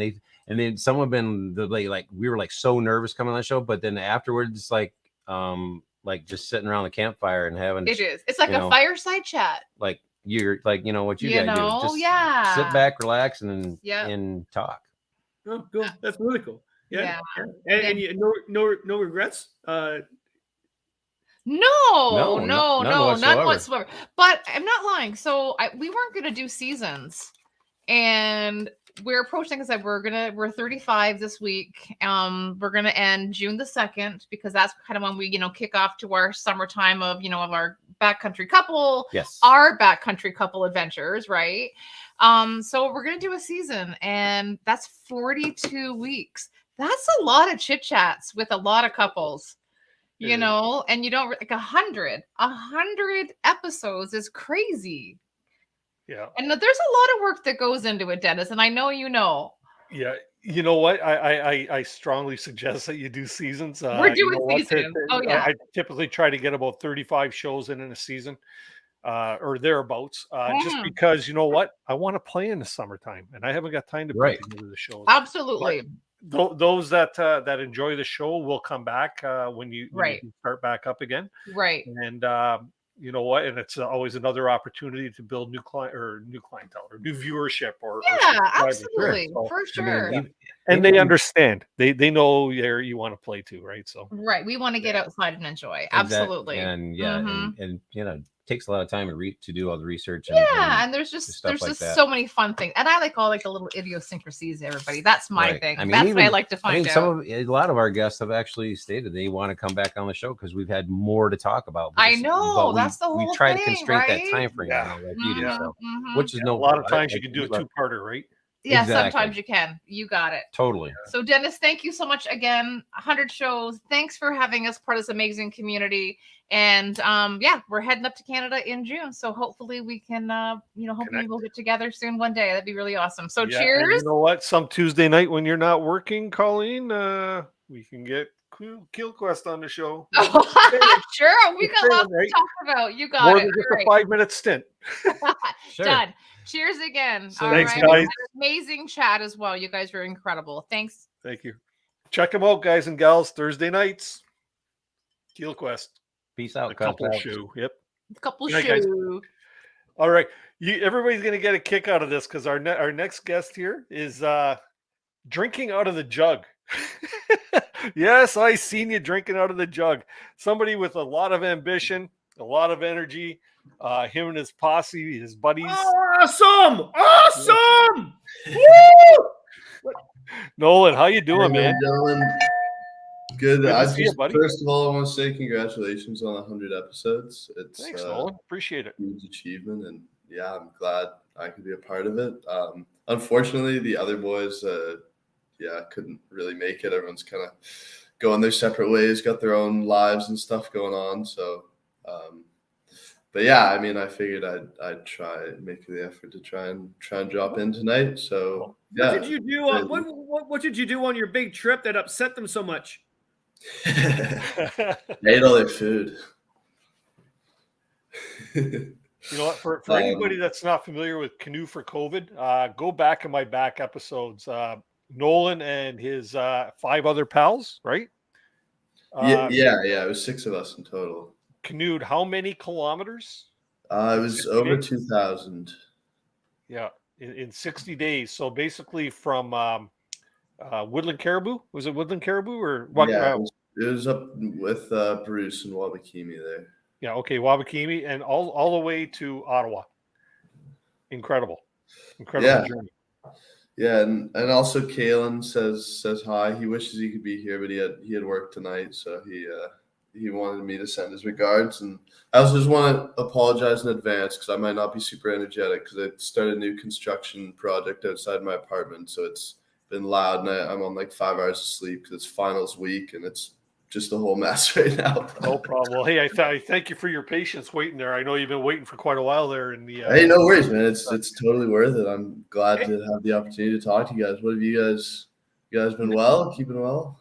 You know, Nolan, I got to tell you. Sorry, Dennis. I got to tell this guy that it's such a small world. Today, I was teaching my students at risk, and they have very small attention span. It'll be a full moon because they're all whacked today. And they're not having a good time, and there's no attention. I put on your first video. I said, "Look, guys, you're just about to graduate from high school, going to in college or university. You think you got no life, you can do nothing. Look what these guys did." And when they went to do it, a lot of people didn't think they could do it, and they did it. You could just throw the mic on the ground after that. They were like applauding. They were happy as hell. They were like, these guys were fantastic, Kevin. So you changed more than everybody's life today. It was fantastic. Which is so cool that you're on tonight. Yeah, I appreciate that a lot. It definitely means a lot to hear that. I mean, like especially like making that documentary series, like it was literally just me like for hours in my room just trying to like push it out. So I'm really glad that someone was able to get some inspiration out of it. And yeah, I'm really happy to hear that. Thank you for sharing. Yeah, it's so whatever the word is that because it happened today and then all of a sudden you're on tonight. It's incredible. The world is very complex. Yeah, it's so inspiring too what these guys actually did, like, and the reason that you all did it, Yeah, well, I mean, we appreciate that, and I mean, hopefully, I don't want to like to the same tune as a lot of the earlier guests. There's maybe future plans, but it's like it might not work out. So I don't really want to speak to it already, but hopefully there will be something along those lines in the future, and it might not be the same group, but my hope is that I want to take. And it's sort of challenging to implement this idea because everyone's sort of gone in their separate directions, and it's sort of hard to have a communal decision with things like this. But my dream for our project is to sort of transition it, specifically the YouTube channel, is to transition it away and make it like a rebrand the channel into something else. I'm not sure what we would call it, but then the Canoe for COVID series would remain the Canoe for COVID series, and then that's like a standalone entity, and then the channel would be sort of just a place for the 6 of us to put content that we can create independently or together, and it can sort of just be a home for all that sort of stuff, because it's definitely, at least for myself, like I would love to keep creating videos like that, because I mean, obviously, canoe tripping is a huge part of my life, but I also really enjoyed the video aspect of it, and I enjoyed sharing that with people, especially like this community, and so I'm hoping that we can do some more of that in the future. That's fantastic. Way to go, Nolan. That's great. Awesome trip. And if you guys don't know what he's talking about, check it out. Canoe for COVID. COVID for no, that's Canoe for COVID. That's what it is. That's it. And amazing journey. Is that canoe still wrapped around the rock on the Spanish? It was on the Petawawa River that happened. And Was it? I thought it was as far as we're aware, it's still there. Yeah, we had some interesting times for sure. I mean, most likely the park rangers would have removed it by this point, but I mean, you never know. It's like the northeast part of Algonquin, like it's not super. I mean, obviously people go there a lot, but it's not as well traveled maybe as the south. So you never know. Maybe the canoe's still there. Yeah. Kevin, do you think they would remove it, the park rangers, or would they just leave it there? Like, it becomes an artifact after a while, right? That's a good question. I don't think they go out of their way to remove it, but you'd have to ask them. I don't know. Maybe it's historic. It's an historic monument put on the river because of Canoe for COVID. Yeah, for sure. We'll get. We got to get someone to swim out there one day. Put a little plaque on it. That's your next trip, to remove the canoe from the wilderness. If you guys out there again don't know what these guys did, so when COVID hit, you guys worked at a camp, and then the camp didn't happen because of COVID. So you decided to paddle from Wabakimi all across Ontario to Ottawa, but not the easy way. I mean, they went through Chapleau, and like you have to look at the route they did. It's insane. Yeah. It's insane. And then they raised money and 3 times the amount of money that you thought you would raise. They got immediate attention. But what's really interesting that everybody should know this is that I got a lot of calls when they were planning, and I had a lot of negative calls from a lot of people in the world of whatever we live in saying, do you know these guys, these young kids? Blah, blah, blah. And it was negative talk, right? And I went, why are you being so negative? Like, this is a cool idea. Well, do you know them? No, I don't know them. Do I have to know them to actually trust them? Like, whatever. I support it. If some young people want to paddle across Ontario, whether they make it or not, I don't care less if they make it. But if they're going to raise money to actually for a good cause and they're actually out paddling instead of doing nothing during COVID, I'm supportive. And it all happened. And then after that, they're all your buddies. Oh, Kevin, this is great. No, you told me you didn't trust. BS. So I'm telling you, fantastic. You did an amazing job. Loved it all. I think it's fantastic. And if everybody goes and says canoeing is dead because young people aren't doing it anymore, that's crap. Yeah, absolutely. Point their videos, right? So Nolan, can you give us a quick update on what the boys are up to these days? I mean, myself, I've been. I started school at the beginning of this year, so I'm in university. I'm out east at Dalhousie in Halifax now. So I'm in biochemistry. I started a new sport. I started doing Brazilian Jiu-Jitsu. I've been competing with that. So that's been my main focus for this year, has been that and school. As well as I've been trying to write a little bit, starting to try to write about the trip, because I'm hoping to write in the future when we do other trips. I'm hoping to write about those as well as make films about them. As for the other boys, I know Will is still at McGill, and he's still a super mega genius. To your point earlier, if they went the hard way from Wabakimi to Ottawa, he's cooking something up which involves a hard way from somewhere to somewhere, and it's not the traditional way, but hopefully that pans out and we can share that with you guys. And then Tim is still at Queens. He's doing his thing. Jacob is back in. He was at Dalhousie with me. He's back in Toronto now because he's doing a co-op. So he's on his work term in Toronto right now. He's working for like a. He's in business. He's doing like almost like an assistant role for some like recycling company or something. I don't know. You'd have to ask him about it. I don't know all the details. And then Callan and George's are starting their careers as canoe tripping guides and outdoor guides because they finished their they finished their program at Algonquin College, right? It's a 2-year program, so they're actually finished that now, or finishing it. And I know George's is doing. I don't believe Callan's doing it, but I know George is doing something called I think he called it like Chick Chalk's Expedition, and so I think they're like hiking or cross country skiing or something on some mountain, and they're raising money, and it's on Instagram. You could probably find it. I'm sure we've reposted it on the Canoe for COVID Instagram. But yeah, so that's what he's doing right now. And then Callan is I think he's in Alberta. He's somewhere in the prairies, I think, and he's out there working, and he's sort of in all over the country. He was in BC for a while doing raft guiding, and then he's in Alberta, and then he'll be back in Ontario, and so yeah, those boys are kind of all over the place, and the rest of us are just in school, I guess. Well, good to see you're all keeping yourselves busy in one way, shape, or form, right? So that's a good For thing. sure, yeah. Yeah. And yeah, I saw someone earlier, I think it was Tents and Timber, was talking about they saw a sunken canoe. You put it on the screen. Yeah.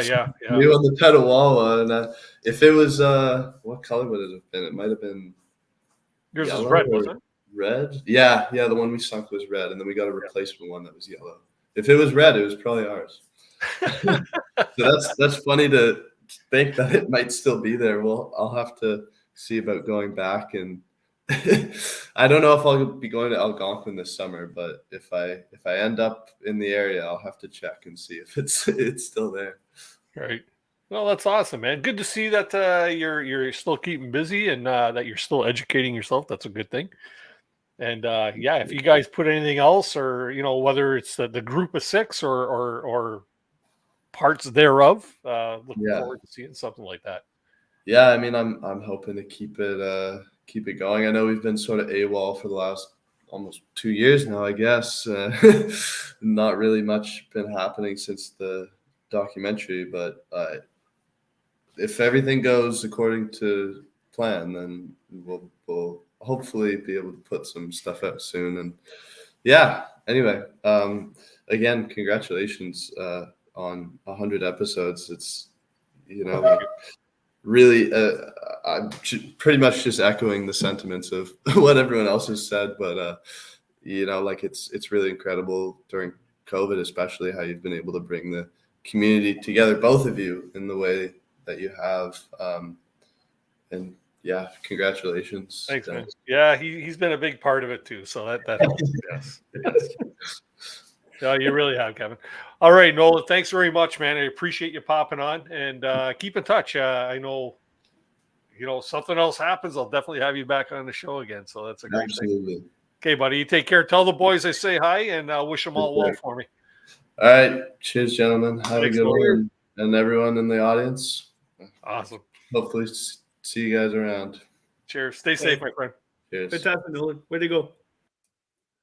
Pretty awesome, what them guys did. I feel like I want to go back and watch the whole series again, just to go over it again, because it's a great series. It really is. And actually, it just proved today to actually turn it on, because I had a moment in class where nobody wanted to do anything. I turned them on out of a whim and mesmerized.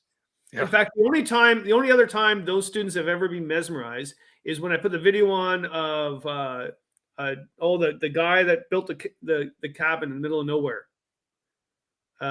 Dick Pernicke, yeah. I'll put that video on, and they're like, oh, yeah. And that works because they're all hyper and they have to calm down, whatever. I put that on, so I put their video on today, and it was the same thing. Oh, because it made them feel like they could do something, right? Like. Yeah. I think it's very exciting. I mean, Dennis, like, you've had so many people on tonight. You've had so many people on throughout your whole thing. You've inspired so many people. You've connected so many people. You've created this huge community that you don't even know what you've created. And in your mind, sometimes you've created a monster. You're like, oh my God, what have I done? I don't want to do this. Like, what am I doing? But now you've created this fan base that actually is not really a fan base. You've created a family, right? Yeah. And you think about it. Those young kids, and actually not kids, those young men, they'll inspire more and more and more too, right? It'll continue. So no pressure, but you can't stop, man. What are we doing? What are we doing next week? As tough as it seems sometimes, I have no plans of stopping. I just we need to get more content, and that's the whole thing, right? So that's the tough part. And speaking of content and getting more content, because they got like 350 million episodes under their belt, our next guest is somebody from Paddling Adventures Radio. We have Sean Rowley. Oh my God! Hey, where's the cowbell, Kevin? Oh, here we go.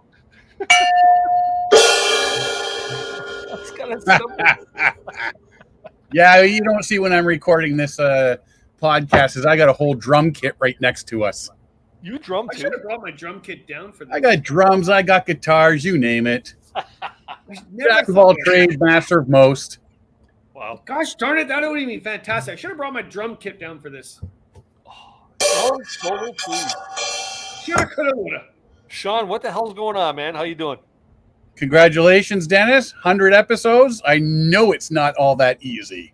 I know you know it's not all that. You said we had 328 shows. We've only got 322 this Thursday. You're a little bit off. Forethought. They call that forethought, right? Yeah. Well, you know what? You know what? Eric do a freaking awesome job with Paddling Adventures Radio. And I'll tell you, if I miss a week or two, I know I can still go back and listen to it on my Spotify podcast. And that's the whole great thing about YouTubes and podcasting is all that is that it's all the social media stuff. You can go back and listen to it later. You're not like, it's not like the old days where it's Sunday night at 8:00. I got to watch my TV show or I've missed it. You can go back now and it's so great doing that. There's so much there, but yeah, you know what? Like you when you start doing it, you're thinking, oh, whatever, we'll see what it takes. And then, you sit there, you spend the time, you're coming up with guests and you're coming up with topics, and then you got to record it all. And then you've got to, edit everything and put it online. It's not as easy as you think. So kudos to you for doing what you're doing. Thank you. Thank you. Yeah. It is a lot of work. The whole YouTube gig, as I mentioned earlier, it's a lot of work, right? But yeah, I'll leave it for my closing statement for the night, because I do talk a little bit about that, or I do have got that in my little speech, right? But yeah, man, it does take a lot of work. It's a lot of effort to do this, and if anything, the biggest downfall of it is that it takes away from family time, right? Well, yeah, but you know what? It is rewarding in its own right. That the fact that, like I say, I've got to meet so many great people. You know what? That's the big thing. Is we just set up our booth at the Ontario Backcountry Canoe Symposium on the weekend. Yep. And we've done it at the Quiet Adventure Symposium. We actually set up our portable studio. And we record people. And that's actually why I was sort of a little bit late to the party. Is I'm doing a whole buttload of editing for this week's show tonight.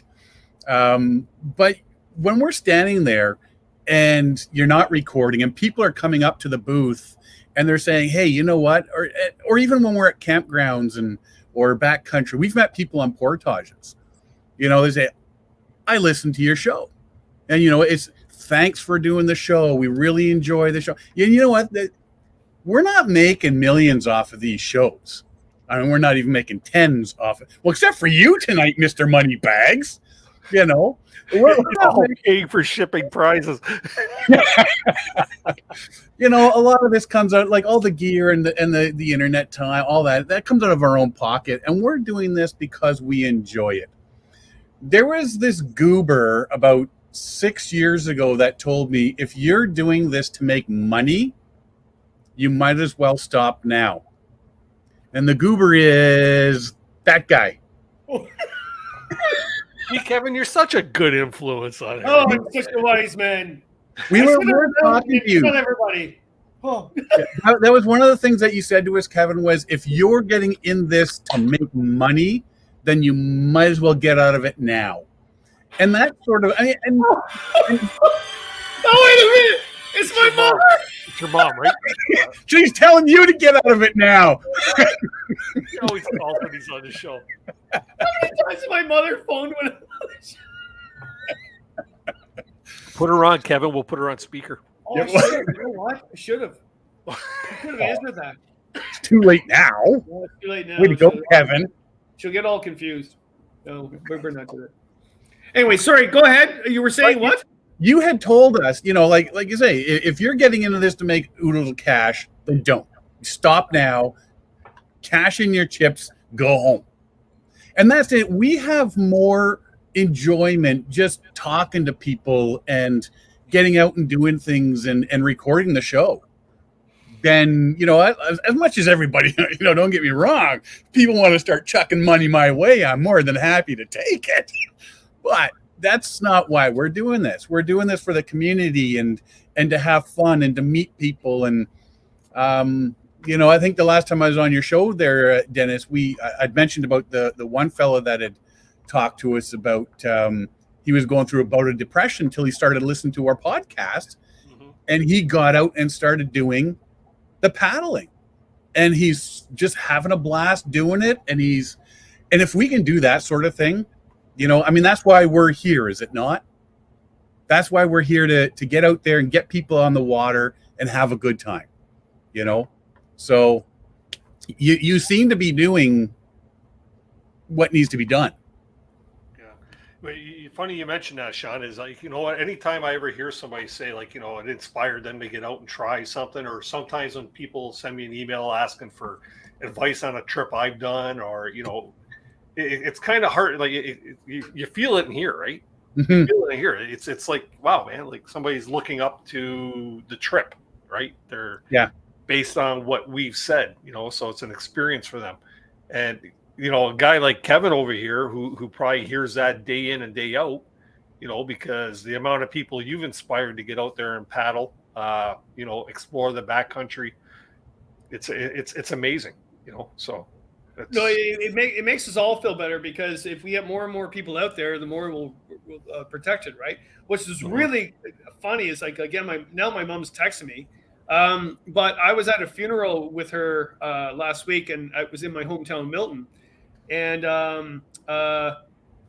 someone came out to me. There was all of a sudden you're at this hometown funeral, and all these people from 40 years come by, and you kind of recognize them, whatever.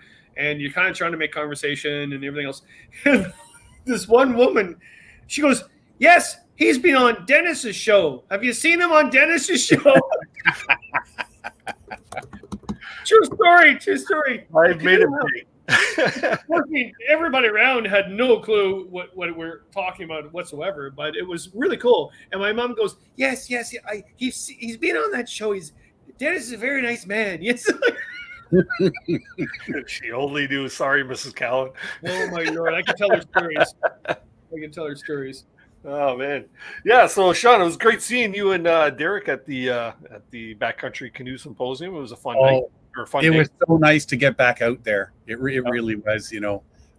Where everybody's you're sort of cautious still, and the fact that it was a fully masked event still. Yep. Everybody's sort of cautious about getting out there, but everybody, you can tell everybody's just chomping at the bit. Oh, right. But to meet everybody and see everybody again that we haven't seen in a couple of years, it was like a giant homecoming sort of thing where you're seeing, hey, I haven't seen you in 2 years. I mean, the Zoom thing and whatnot is one thing, but to see somebody in person and talk to them live, shake their hand, slap them upside the head, whatever, that's a total different level, and it's really nice to do that. So too is it's nice to connect with people that you see, over in the chat and stuff like that. Yeah, to actually put a face to a name. Vicky Beam, who's been one of my channel supporters as a channel member for a long time, she came up to me in the parking lot when we were out there tailgating at lunchtime, and she came up and introduced herself, and it was like so nice to finally put a face to the name, to somebody that you've, emailed back and forth with, or you've seen in the chat and stuff like that. It's awesome to meet people that you don't otherwise get to meet. There are other people that I met at the show as well, same type of thing, right? Well, and it's funny because our son has moved out. Our daughter's just finishing up her master's degree, so she does her own thing. So now my wife has started coming on canoe trips and winter camping and all that stuff with me. So we go to these things, and now she's meeting all these people. And she's over talking to somebody. I'm like, who's that? Oh, that's such and such. And her and I chatted for a little bit at the show too. Yeah. Right? Yeah. And she's the same thing. Is like, it's nice to get out there and see the people live again. Right. Yeah. So, well, you know what? I appreciate all you guys are doing. You and Derek. Derek put in the chat there. I guess he's in the middle of a move right now. Oh, so he's doing the moving thing right now, and he's trying to get everything done so that he can do his couple of trips this year. And I've got a bunch of things lined up this year, totally different what I'm used to, and what. So, Kevin, end of June, are you in or out? Well, yes and no. I'm a very busy man. I know, because you said yes, but then I'm listening tonight and you said you got all these other things. I'm thinking, wait a minute. Yeah, but no. It's in my calendar because it's only 2 days. Like I can make that happen. Oh, it'll be under 2 days. Well, it's 24 hours. Yes. Oh, it'll be under. Well, yeah. No, I really do. But the problem is I have this job. I'm actually working for TV right now, doing a bunch of stuff for TVO, and my publisher said, okay, we're doing top 70 routes, and you have until August 19th to do 10 more routes. So I was like, whoa, which I think is fantastic. But but I think we can still do. Now, do you want to tell everybody? Do you want to kind of hint at what we're doing? Or you guys gave a teaser, or somebody gave a teaser earlier on the show. I think John did. John, yeah. John Van Barriger you got to tell everybody. Yeah. So just before COVID hit, I sent Kevin a message and said, dude, because I come up with some really weird things when I'm studying and researching for the podcast. I mean, like, how many people, when I came up with, you guys, we're going canoe polling. We're going to go learn canoe polling. What are you talking about? Now, I was talking to Stephen Coots at the show, and he's like, I get so many people calling up to learn canoe polling now, right? So I said, listen, everybody's doing, I can circle Lake Ontario in the summer. And what about all 5 Great Lakes in one day? And of course, I get that, whatever, dude. So starting at either midnight or 1 o'clock, haven't decided yet, on one night, morning, we'll be at downtown Toronto. We'll get some nice photos and whatnot of the skyline. Throw the canoes back on the truck, zip over to different locations, but we'll be paddling Lake Erie, Lake Huron, Lake Michigan, Lake Superior, all in one day. So we get out for like a half-hour paddle on every lake, and then we finish up at Northern Superior Brewing Company in Sault Ste. Marie. And 13 hours and 10 minutes, Kevin. That's how long it's going to take us. Okay. Because I've mapped it out. As soon as you said you're driving, I'm in. There's going to be 4 guys and 2 canoes on my truck. Okay. And I come up with some of these ideas, and I'm thinking, who are the idiots that are going to come along with me on this? It is easier to find those guys than you would think. Waiting for my invite. So I've got that one. My whole summer is pretty much, a lot of it's going to be thinking outside the box, doing a lot of different trips. I'm spending 10 days in Tennessee, Kentucky, Georgia, and Virginia in October, which I've never done before, but I've always wanted to do so. And I'm with some of our listeners. I'm going down there, hooking up with some of our listeners this year, and paddling paddling out with them. So it's going to be great. Sounds good. Are you going to get a beard cut? If I'm going down through the southern states, are you kidding? The last time I was down there, I went to a distillery, a whiskey distillery, and the guy looks at me and says, "That's an awesome beard, brother." To which I had to reply, "Back at you, brother," because his was even longer. So I can't go down there without this. All right. 4 guys in John Denver. Yeah, 4 guys. Yeah. It'll be good. Well, what happened last time we had John Denver blaring in the truck?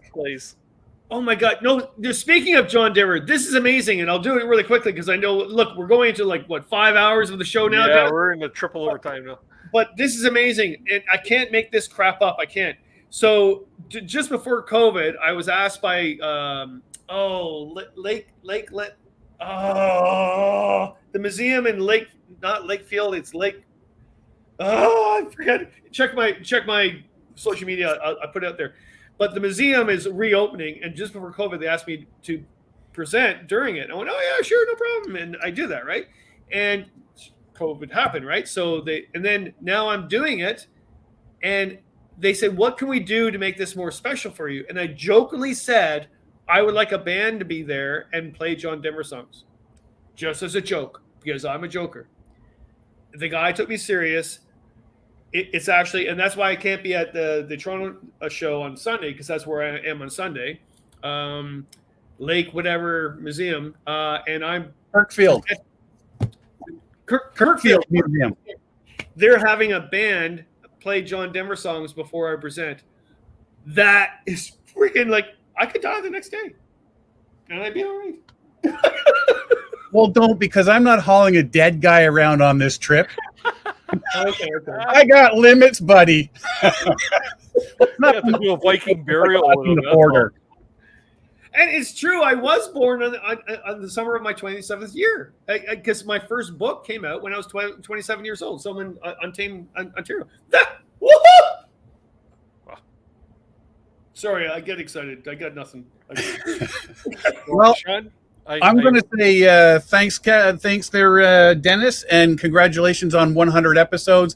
You're still a couple hundred behind, but if you didn't take seasons, if you didn't do seasons and you just went all the way through hardcore. Yeah. see that tree back there? See that tree back there with the rope on it? No. Yeah. I visited that a couple of times already. So Sean, just so you know, you've done more episodes. It's radio, but you've done more episodes. You've got a better beard, but Dennis has really good Canoe Hound underwear, and I've modeled them, and you don't have that, so he's got you beat, man. Well, you know what, though? You can see my shirt, right? That's pretty much all I'm wearing. And one sock. John Van Barriger earlier. So. John, that's why John doesn't come across the border to record. Oh, man. Congratulations, right, Dennis. Thanks for popping in. Cheers to you. Cheers, guys. Kevin, we'll be talking. I love the Derek and your lovely wife. And we'll be coming down to Welland to do some paddling. You know what? Yeah. We'll have to shoot some dates back and forth here. Beauty. All right. Thanks for having me on there, Dennis. Talk later. 2 more in the basement, and then we are going to call an evening for the 5th episode. Yes. Do we want to go male or do we want to go female? Well, female. Female? Yep. Okay. Do we have time, Mr. Male, in the basement? Okay. Welcome to the live stream, Mikaela. Ferguson. How you doing, Mikaela? Good to see you. Oh, it's great to see you both. Congrats, Dennis. Thanks, hon. Appreciate it. That's wonderful. Been a lot of fun. You have gotten to be pretty regular on the show yourself, haven't you? Yeah, well, until I moved out west, then the time zone got in the way a little. I usually have to watch them, the playback the next day. But I have enjoyed being on the show the few times I have been on. Awesome. And you're still out in California? Yes, I am. Nice. That's why you got the rosy cheeks and yeah. We went through a little bit of a heat wave this week. It was over 30 degrees, so I know you guys have snow, but Yeah. Do you miss the snow? no. No, come on. Gosh. Really? I never got into winter camping. No. Wow. I don't like winter. So what's keeping you busy these days? I've been doing a lot of backpacking, and that's been interesting. I used to think of backpacking as just the portage that never ended.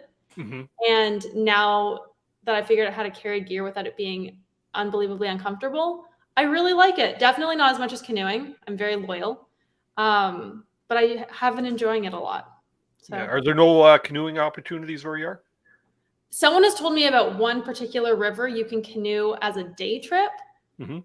And there's a little bit of whitewater kayaking. So in the spring, I'm going to maybe try a whitewater kayaking lesson.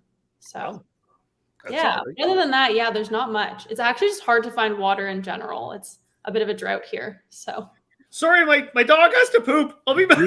Go for it. See you when you get back. So what's like, is this getting to be a permanent gig for you? Are you going to be living out in California permanent, or are you coming back to the beauty That of is a material? great question. Well, so I'm here on a contract for work. So it'll be at least 2 years. Yeah. I'm 7 months in. So semi-permanent. Okay. Yeah. Cool. And for those that might not be so familiar with what you do, tell everybody about your blog and your website. Yep. So I used to work as a canoe guide for kids camps and did a little bit of commercial guiding as well. And once I stopped doing that after graduating university, I took all that info and love of canoeing and put it onto a website.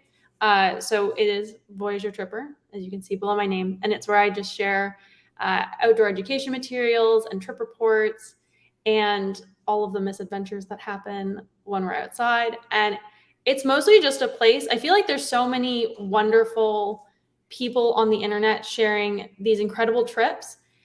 And I felt like it could sometimes be difficult to take that as a beginner and go, okay, but like, how do I actually do that? Like, how do I emulate the cool YouTubers I'm seeing? And so I just have a ton of resources that answer like the very basic questions to help people build their skills in the outdoors and do those cool trips themselves. So that, and I still work on it, even though I'm not canoeing currently.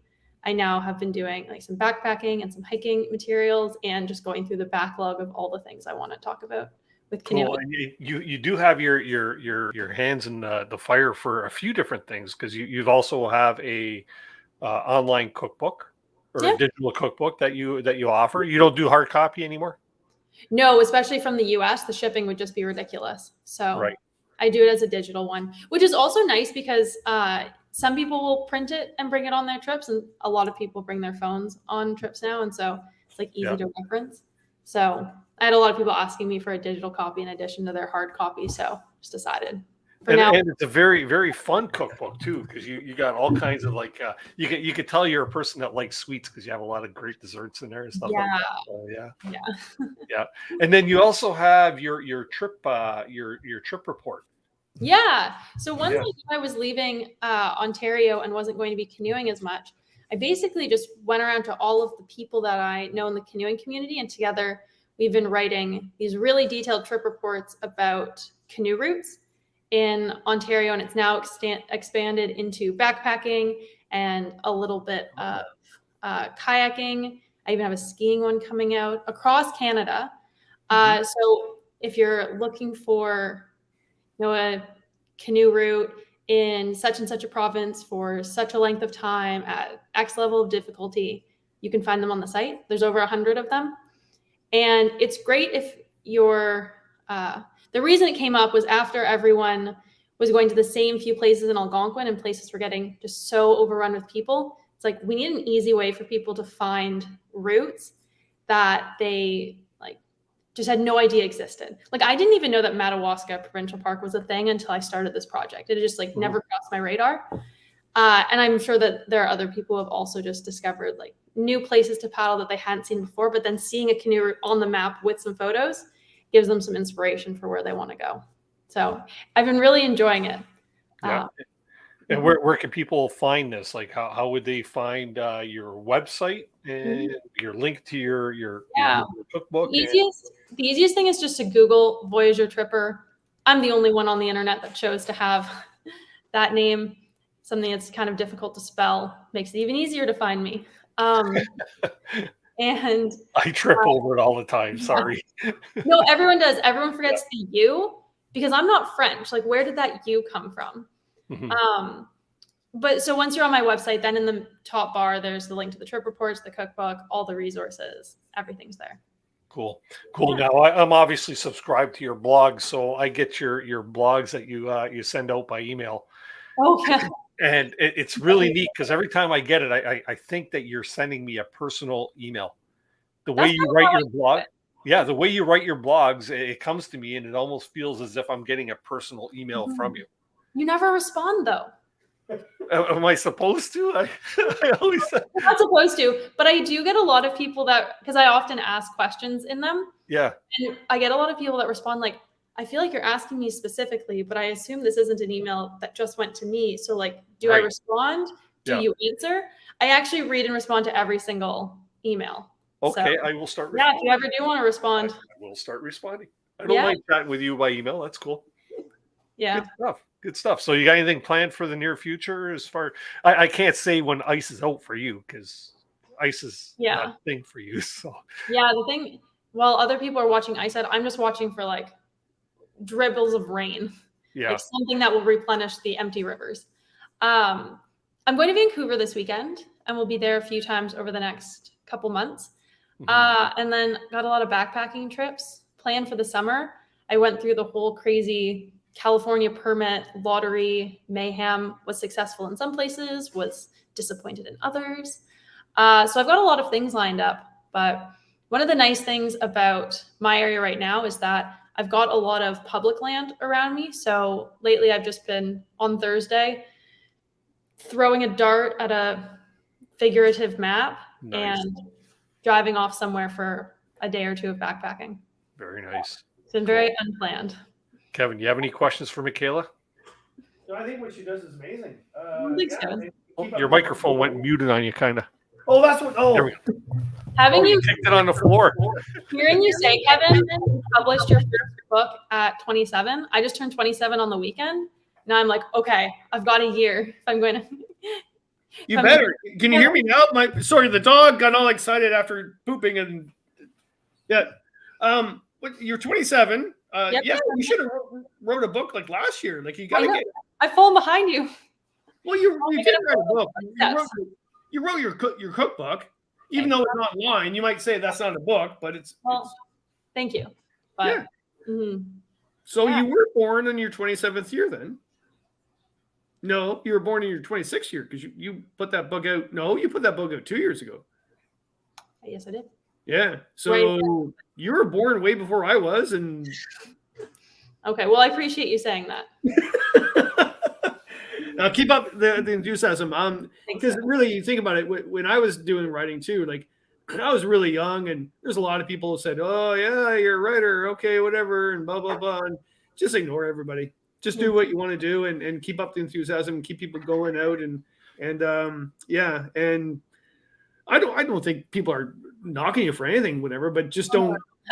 Yeah. But just don't. I mean, being at that age, I remember people coming up to me, oh, you're going to be a writer. I went, why can't I say that? Even though I'm only 27, why can't I say that, right? So, and I did. So, and you have a memoir coming out. I do. I have a memoir. Yeah. That's probably because COVID. Yeah, just all of a sudden COVID happened and I just spurted it out, and yeah, it was fun. Memoir isn't about your life story. A memoir is about something that happened in your life that actually means something, right? So it's all about me growing up anxious and going into nature to deal with anxiety, and yeah, that's what it's all about. And yeah, so we'll see what happens. I'm blabbing. I'm looking forward to that because we get to see a lot of pictures of little Kevin Callan right now. You know, the funny thing about that is I met the designer last week, and I gave her all these old photos, and I don't have a lot of stuff. When I moved here, I just got rid of a lot of stuff. Like I'm very much a minimalist. I can't pronounce it. Yeah. And I just got rid of everything. And in fact, all the slides of all my trips, of all my guidebooks, like thousands of slides of all the trips I did, they're gone.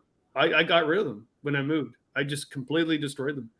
And so when all of a sudden, the designer said, "Well, do you have any photos of growing up in nature?" And I was like, "Oh." So I went to my mom's, and she had some, right? And it was really funny. It's like, my goodness, I was a geek growing up, but I still am a geek. But it did show that I spent all my time in nature, and and I still do. But why am I going off on tangent? Sorry, Dennis, you have us up way too late. I mean, good I God. know, right? This is probably the longest show I've had in like. It's terrible. I don't think everybody is anybody It's a even out there? celebration. It's a party. Take it as you can, right? Well, I appreciate it. I wasn't sure if I was going to catch any of it because I got home from work at 7 p.m. my time, which is 10 for you guys. That's You have to get caught up. We've had some good people on at the beginning there, so Yeah. Well, I'll also watch the replay tomorrow. Check out everybody should check out your cookbook, and it's amazing information, and also your blogs, but also the trips you've done and the trips of why you've done it. I think that's really good. If you haven't, oh my Lord, I'm just blah blah blah blah blah. But if you haven't checked out the site, check out the stuff you've done and keep it up. For sure. Thank you so much. I really appreciate it. This is really cool. We've got the young kids that went across, the young men. I hate to say that. Went across Ontario. You have you. Yeah. I mean, yeah. So, I mean, we don't have. It would be a really bad show, Dennis, if we had all these like 60-year-old pallers with like Tilly hats and long beards and stuff. Yeah, right. Well, not the Tilly hat. I've got. Well, that's the next guy coming up. So that's. Oh, okay. Yeah. Well, Yeah. Yeah, Mikaela, thanks very much for joining in on the 100th here. It means a lot. And thank you for doing this, especially over the pandemic when everything was so disconnected and there wasn't really much of a canoeing community. You brought it to the internet. So I really appreciate that. thanks. I appreciate that. Yeah, Okay. Have a nice night, it's been everyone. a fun ride. Mikaela, keep in touch and we'll talk soon. Thank you. And I think probably our last guest of the evening, who's been more than patient waiting in the basement there. Let's just bring him up and do her tour. Mr. Jason Rat Pack. I don't have a Tilly hat though. I feel no Tilly hat. No, no Tilly hat. Jason, this is past your bedtime. Yeah, it is. Way past. Man. I'm glad I'm on. I had no expectation to be on tonight. I didn't tune in till like about 3/4 of the way through. So I got to go back and watch everybody. Now I'm all excited about all these great guests you had on early on. Jason, you could have lied. You could have said you were there watching it all the time. We would have never known. Big question I'd like to ask.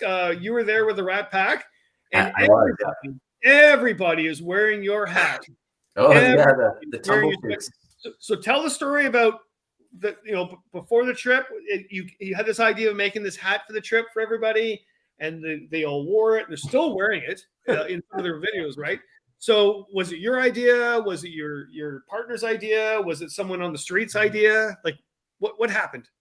It was kind of my idea. I mean, I have a buddy who does merch and stuff, and he talked about doing merch a bunch of times. And I said, well, if I ever do any kind of merch, I just want it to be kind of good quality stuff that somebody can actually use rather than another, plastic T-shirt or what have you. So anyway, I just thought, if I'm going to actually go out and do the winter camping thing, and we can talk more about that. It was pretty interesting because that was my first time ever winter camping for real. I mean, I've been out in the Quincy in the backyard a bunch of times, but never actually gone out in the backcountry for multiple nights before.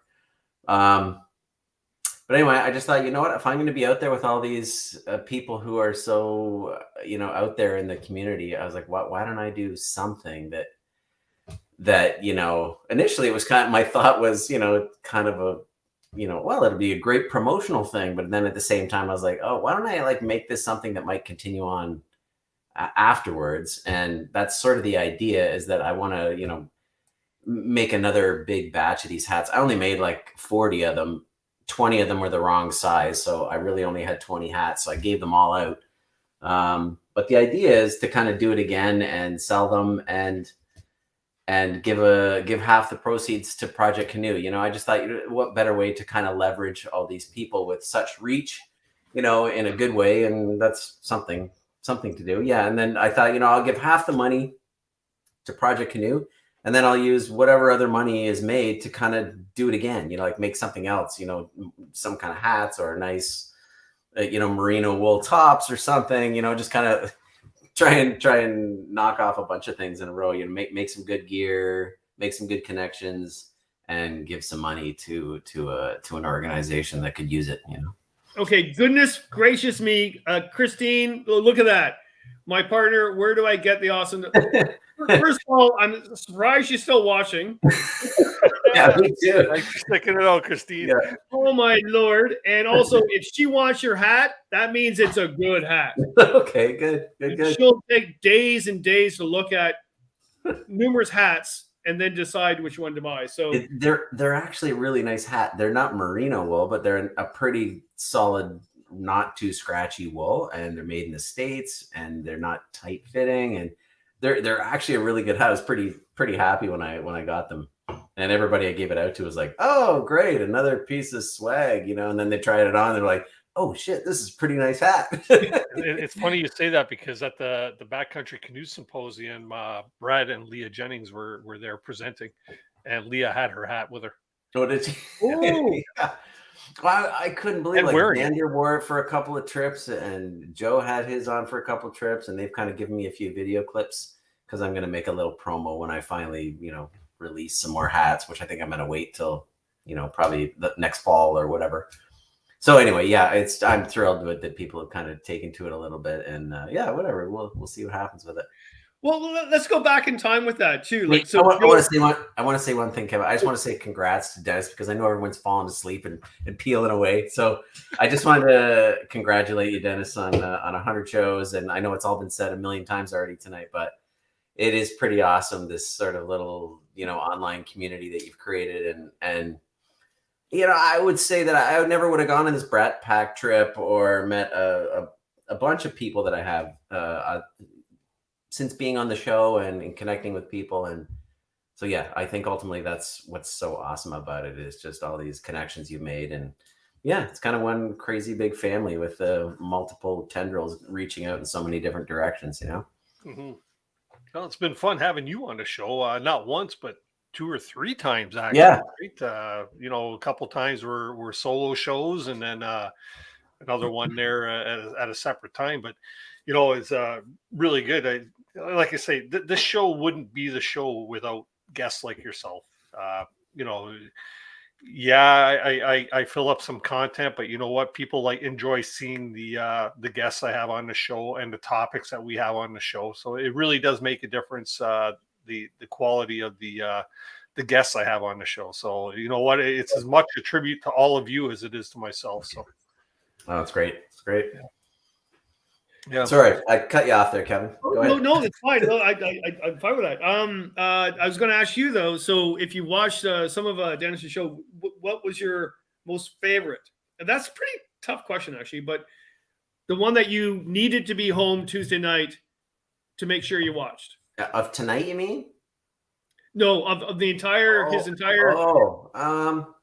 Well, I'll be honest, you know, I didn't watch a ton of Dennis's show early on. I used to kind of peck away at it and watch little bits and pieces. I mean, I'm kind of terrible that way in general with a lot of stuff that's, you know, that's online. There's so many YouTube channels that I'd like to just binge watch all the time. But, you know, you guys know what it's like. I just don't have the time, you know.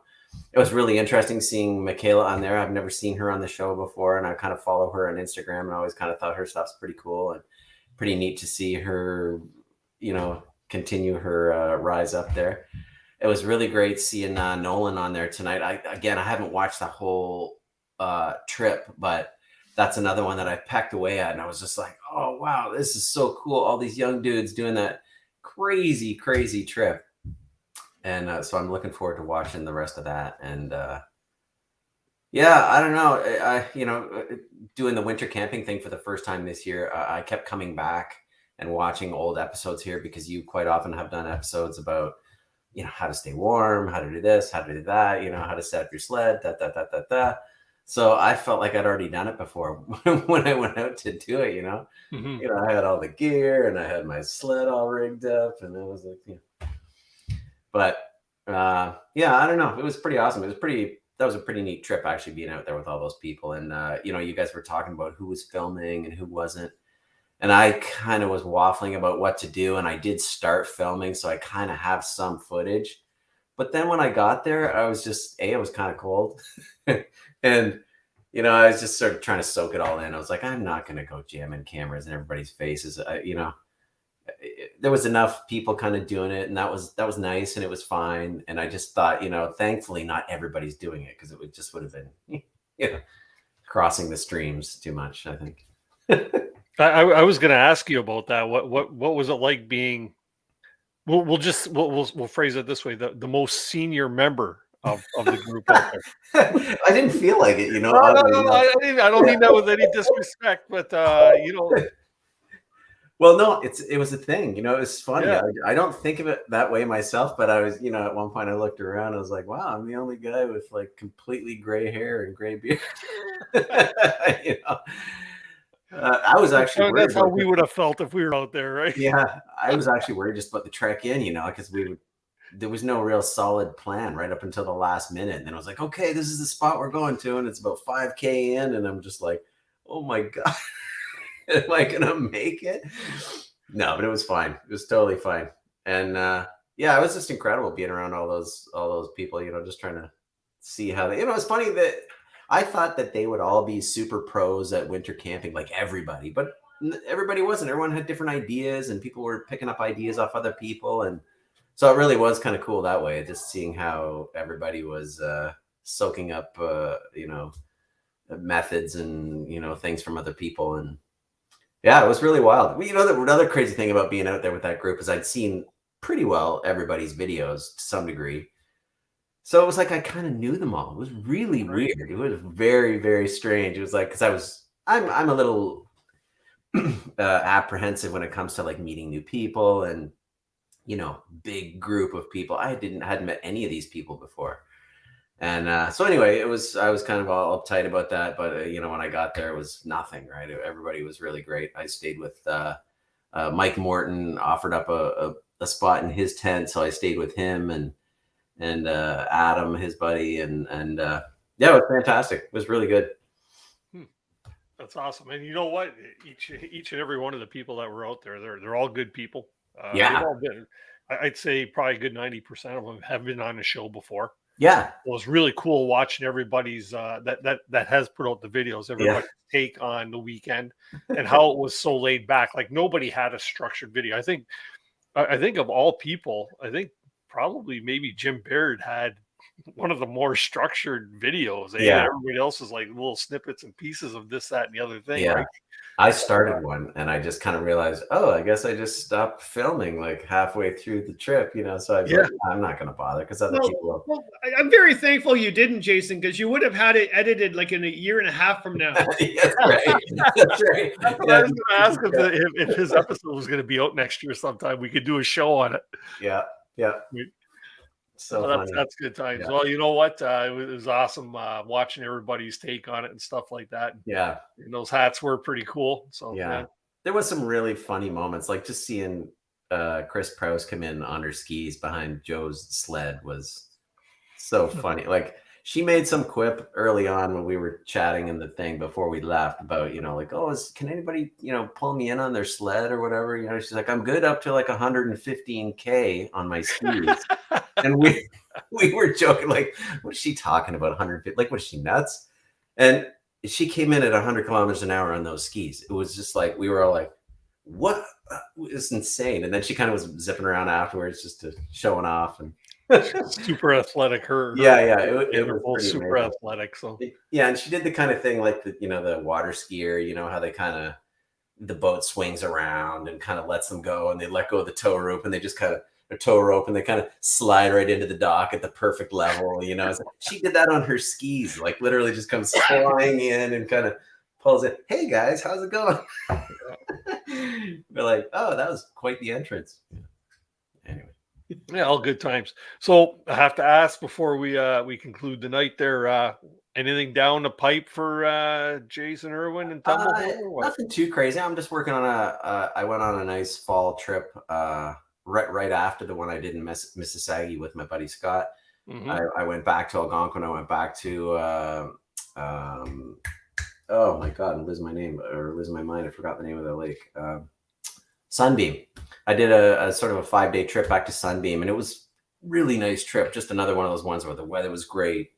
So I had a bunch of moose encounters, and I don't know if you guys were up through there this year, but they obviously had a huge tornado or twister go right through that area, and it just hammered the portages that come in and out of Sunbeam, and really mangled one of the big nice island sites that's on Sunbeam. Like, oh no! Oh yeah, took down like half the trees. You know the really nice site. That's a beautiful site. Yeah, yeah. It hammered that thing. Like, so anyway, that was a pretty cool trip. I'm working on that right now, and you know, whatever. Just like everybody else, I got a few things lined up for this summer and fall, and see what happens. You know. Good stuff. Well, yeah, we're looking forward to your next video in the next couple of years. That's you know, yeah, there was a little joke in there. Yeah. You know what? The good things are worth waiting for. I am deserving of those jokes. Absolutely. He produces hats quicker than he does videos. Yeah. All good. Yeah. Well, if anybody wants to know, I am going to make a run of those hats, maybe like 100 of them. Maybe 200. I don't know. I have no idea. You know, I'm gonna do a little promo and see how many people are sort of interested in it, and then I don't know. Sometime in the fall, I'll make it available. I don't know exactly how I'm gonna do it, but I'll figure something out. And yeah, it'll be cool. Hopefully they won't be too expensive, and it'll just be a kind of a cool way to kind of send some money to Project Canoe. And you know, ultimately that's why I'm doing this stuff anyways, just to kind of get people interested in the outdoors. But then, you know, you realize there's just some people who don't, you know, whether it be a monetary issue or whatever it may be, they just don't have access to this experience. And, you know, if there's some way I can leverage knowing all those people in the community and having them help out in some way to kind of make some money to get some kids out there that normally wouldn't get a chance to go out there, it's a worthy cause, I guess. That's fantastic. I for sure, Christine's getting a hat for Christmas. Okay, cool. Plug yours, Christine. You didn't hear that here on Canoe Hounds Outdoor Adventure Show. Well, Jason, thanks very much for joining us tonight. Yeah, no problem. Much appreciated. Congrats. Looking forward to anything that you do come out with in the future. And yeah, well, more importantly, congrats to you on your 100th show. It's amazing. I just like, what, 100 shows? That's completely bananas. You know? Yeah, it's totally awesome. And like everyone else says, I'm looking forward to 200. Awesome. Thanks, man. Well, we're going to try and trudge forward for it. We won't hit it this year, that's for sure. Yeah. But we probably got about another 6 or 7 shows before our season's done. And yeah, then I get to go out and play. Yeah.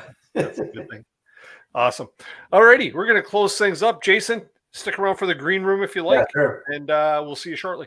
Okay. Thanks, guys. Much appreciated. Well, Kevin, what a fun night. It was fantastic. Yeah. Thank you for making me sit here for the entire thing. All you had to do is excuse yourself if you had to go to the bathroom, like I did once or twice. I didn't, but the dog had to go. But no, thank you very much. Actually, I'm quite honored to actually be part of the whole entire night. I mean, I just thought I'd come on. Hey, way to go, Dennis! Yeah, and then yeah, whatever. But yeah, quite honored and. Fantastic. I remember meeting you at the Toronto Outdoor Adventure Show for the first time, and you came up to me and said, "I'm a YouTuber." Yeah, you asked me who I was. I go, "I'm Dennis. I'm a YouTuber." Yeah, I got that on video too. Yeah, but we had a good conversation and checked your stuff out, and then I think really what happened to you is that you did all the YouTube stuff, your trips, but you still do whatever, but you found your niche, and we found you. Like the idea of you creating a show. And I don't know if it was COVID that actually helped you, to be quite honest. I think if COVID never happened, you'd still be as popular on your Tuesday night show. Some people think that actually, you know, we needed you every Tuesday, and I think that really helped.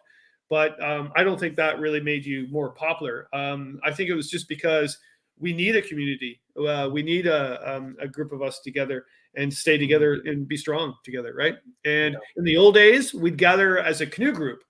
right? And we'd watch slideshows and stuff. That's what we did back 30 years ago, the canoe organizations, whatever. But now we don't. We just have your show on Tuesday. Yeah. Well, you know what? It's a lot of fun. You know what, Kevin, I have to thank you, man. You have been a rock for this show as well. You know what? A lot of times you bailed me out of little messes and stuff like that, and the fact that you know how to carry a good conversation as well. You know canoeing, you know the backcountry, and it's always a great thing to be able to call on somebody like yourself to add expertise, as it is with so many of the guests that I have on the show. You know, the reason why I bring up so many of the guests are because they know their stuff. You know what I mean? I wouldn't have somebody to talk on the show to talk about, bear prevention if they didn't know their stuff, or about backcountry camping or winter camping or whatever it may be. The fact that everybody knows their stuff makes the show have, I think, that much more value for people that want to learn what we know, right? So. Yeah, and I know the hours you put into planning this and organizing it too, because I've seen it. I've got the calls, the messages, whatever. Kevin. Yeah. And actually, to be quite honest, I can see times where you're like, you've got a day job and you get home and you got a family, you've got a lovely wife, and you're like, geez, why am I doing this? But you're still doing it, right? Mm-hmm. And even if you stop tomorrow, you won't. But even if you do, we'll all celebrate the 100th we've had. So yeah. It's been a fun evening. What a great night. You know what? I couldn't ask for any more to everybody. I wrote a few things down that I'd like to read before I do close out and as the closing for the show. But Kevin, thanks very much for helping me co-host this show. You know what? You helped me when I had to go pee, which is it. And when I had to let the dog out too. Yeah, I've held my pee many times for you, Dennis. But go ahead. I have to ask you, Kevin. You be totally honest. Are you cool with the intro that I have for you? Oh yeah. Okay. I don't want you to take it the wrong way, but I love that intro. No, I never know. I mean, I make fun of everybody. If you make fun of me, I'm fantastic. Well, look, remember this? Remember? Yeah, you know what? We did a roast and I didn't even get slapped in the face. I know. Never fun. Now read your nice stuff. Go ahead. It's linked, for heaven's sake. All right, man. I'm just gonna drop you in the basement. We'll catch you in about 2 minutes. Thanks, Kevin.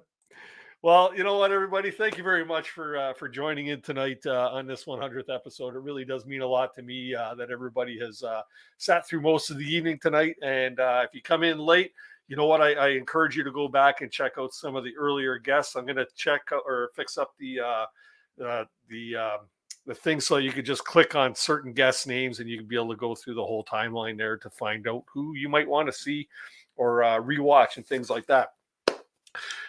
Just want to say that a lot goes into producing this weekly live stream. I spent countless hours each and every week to make it all happen.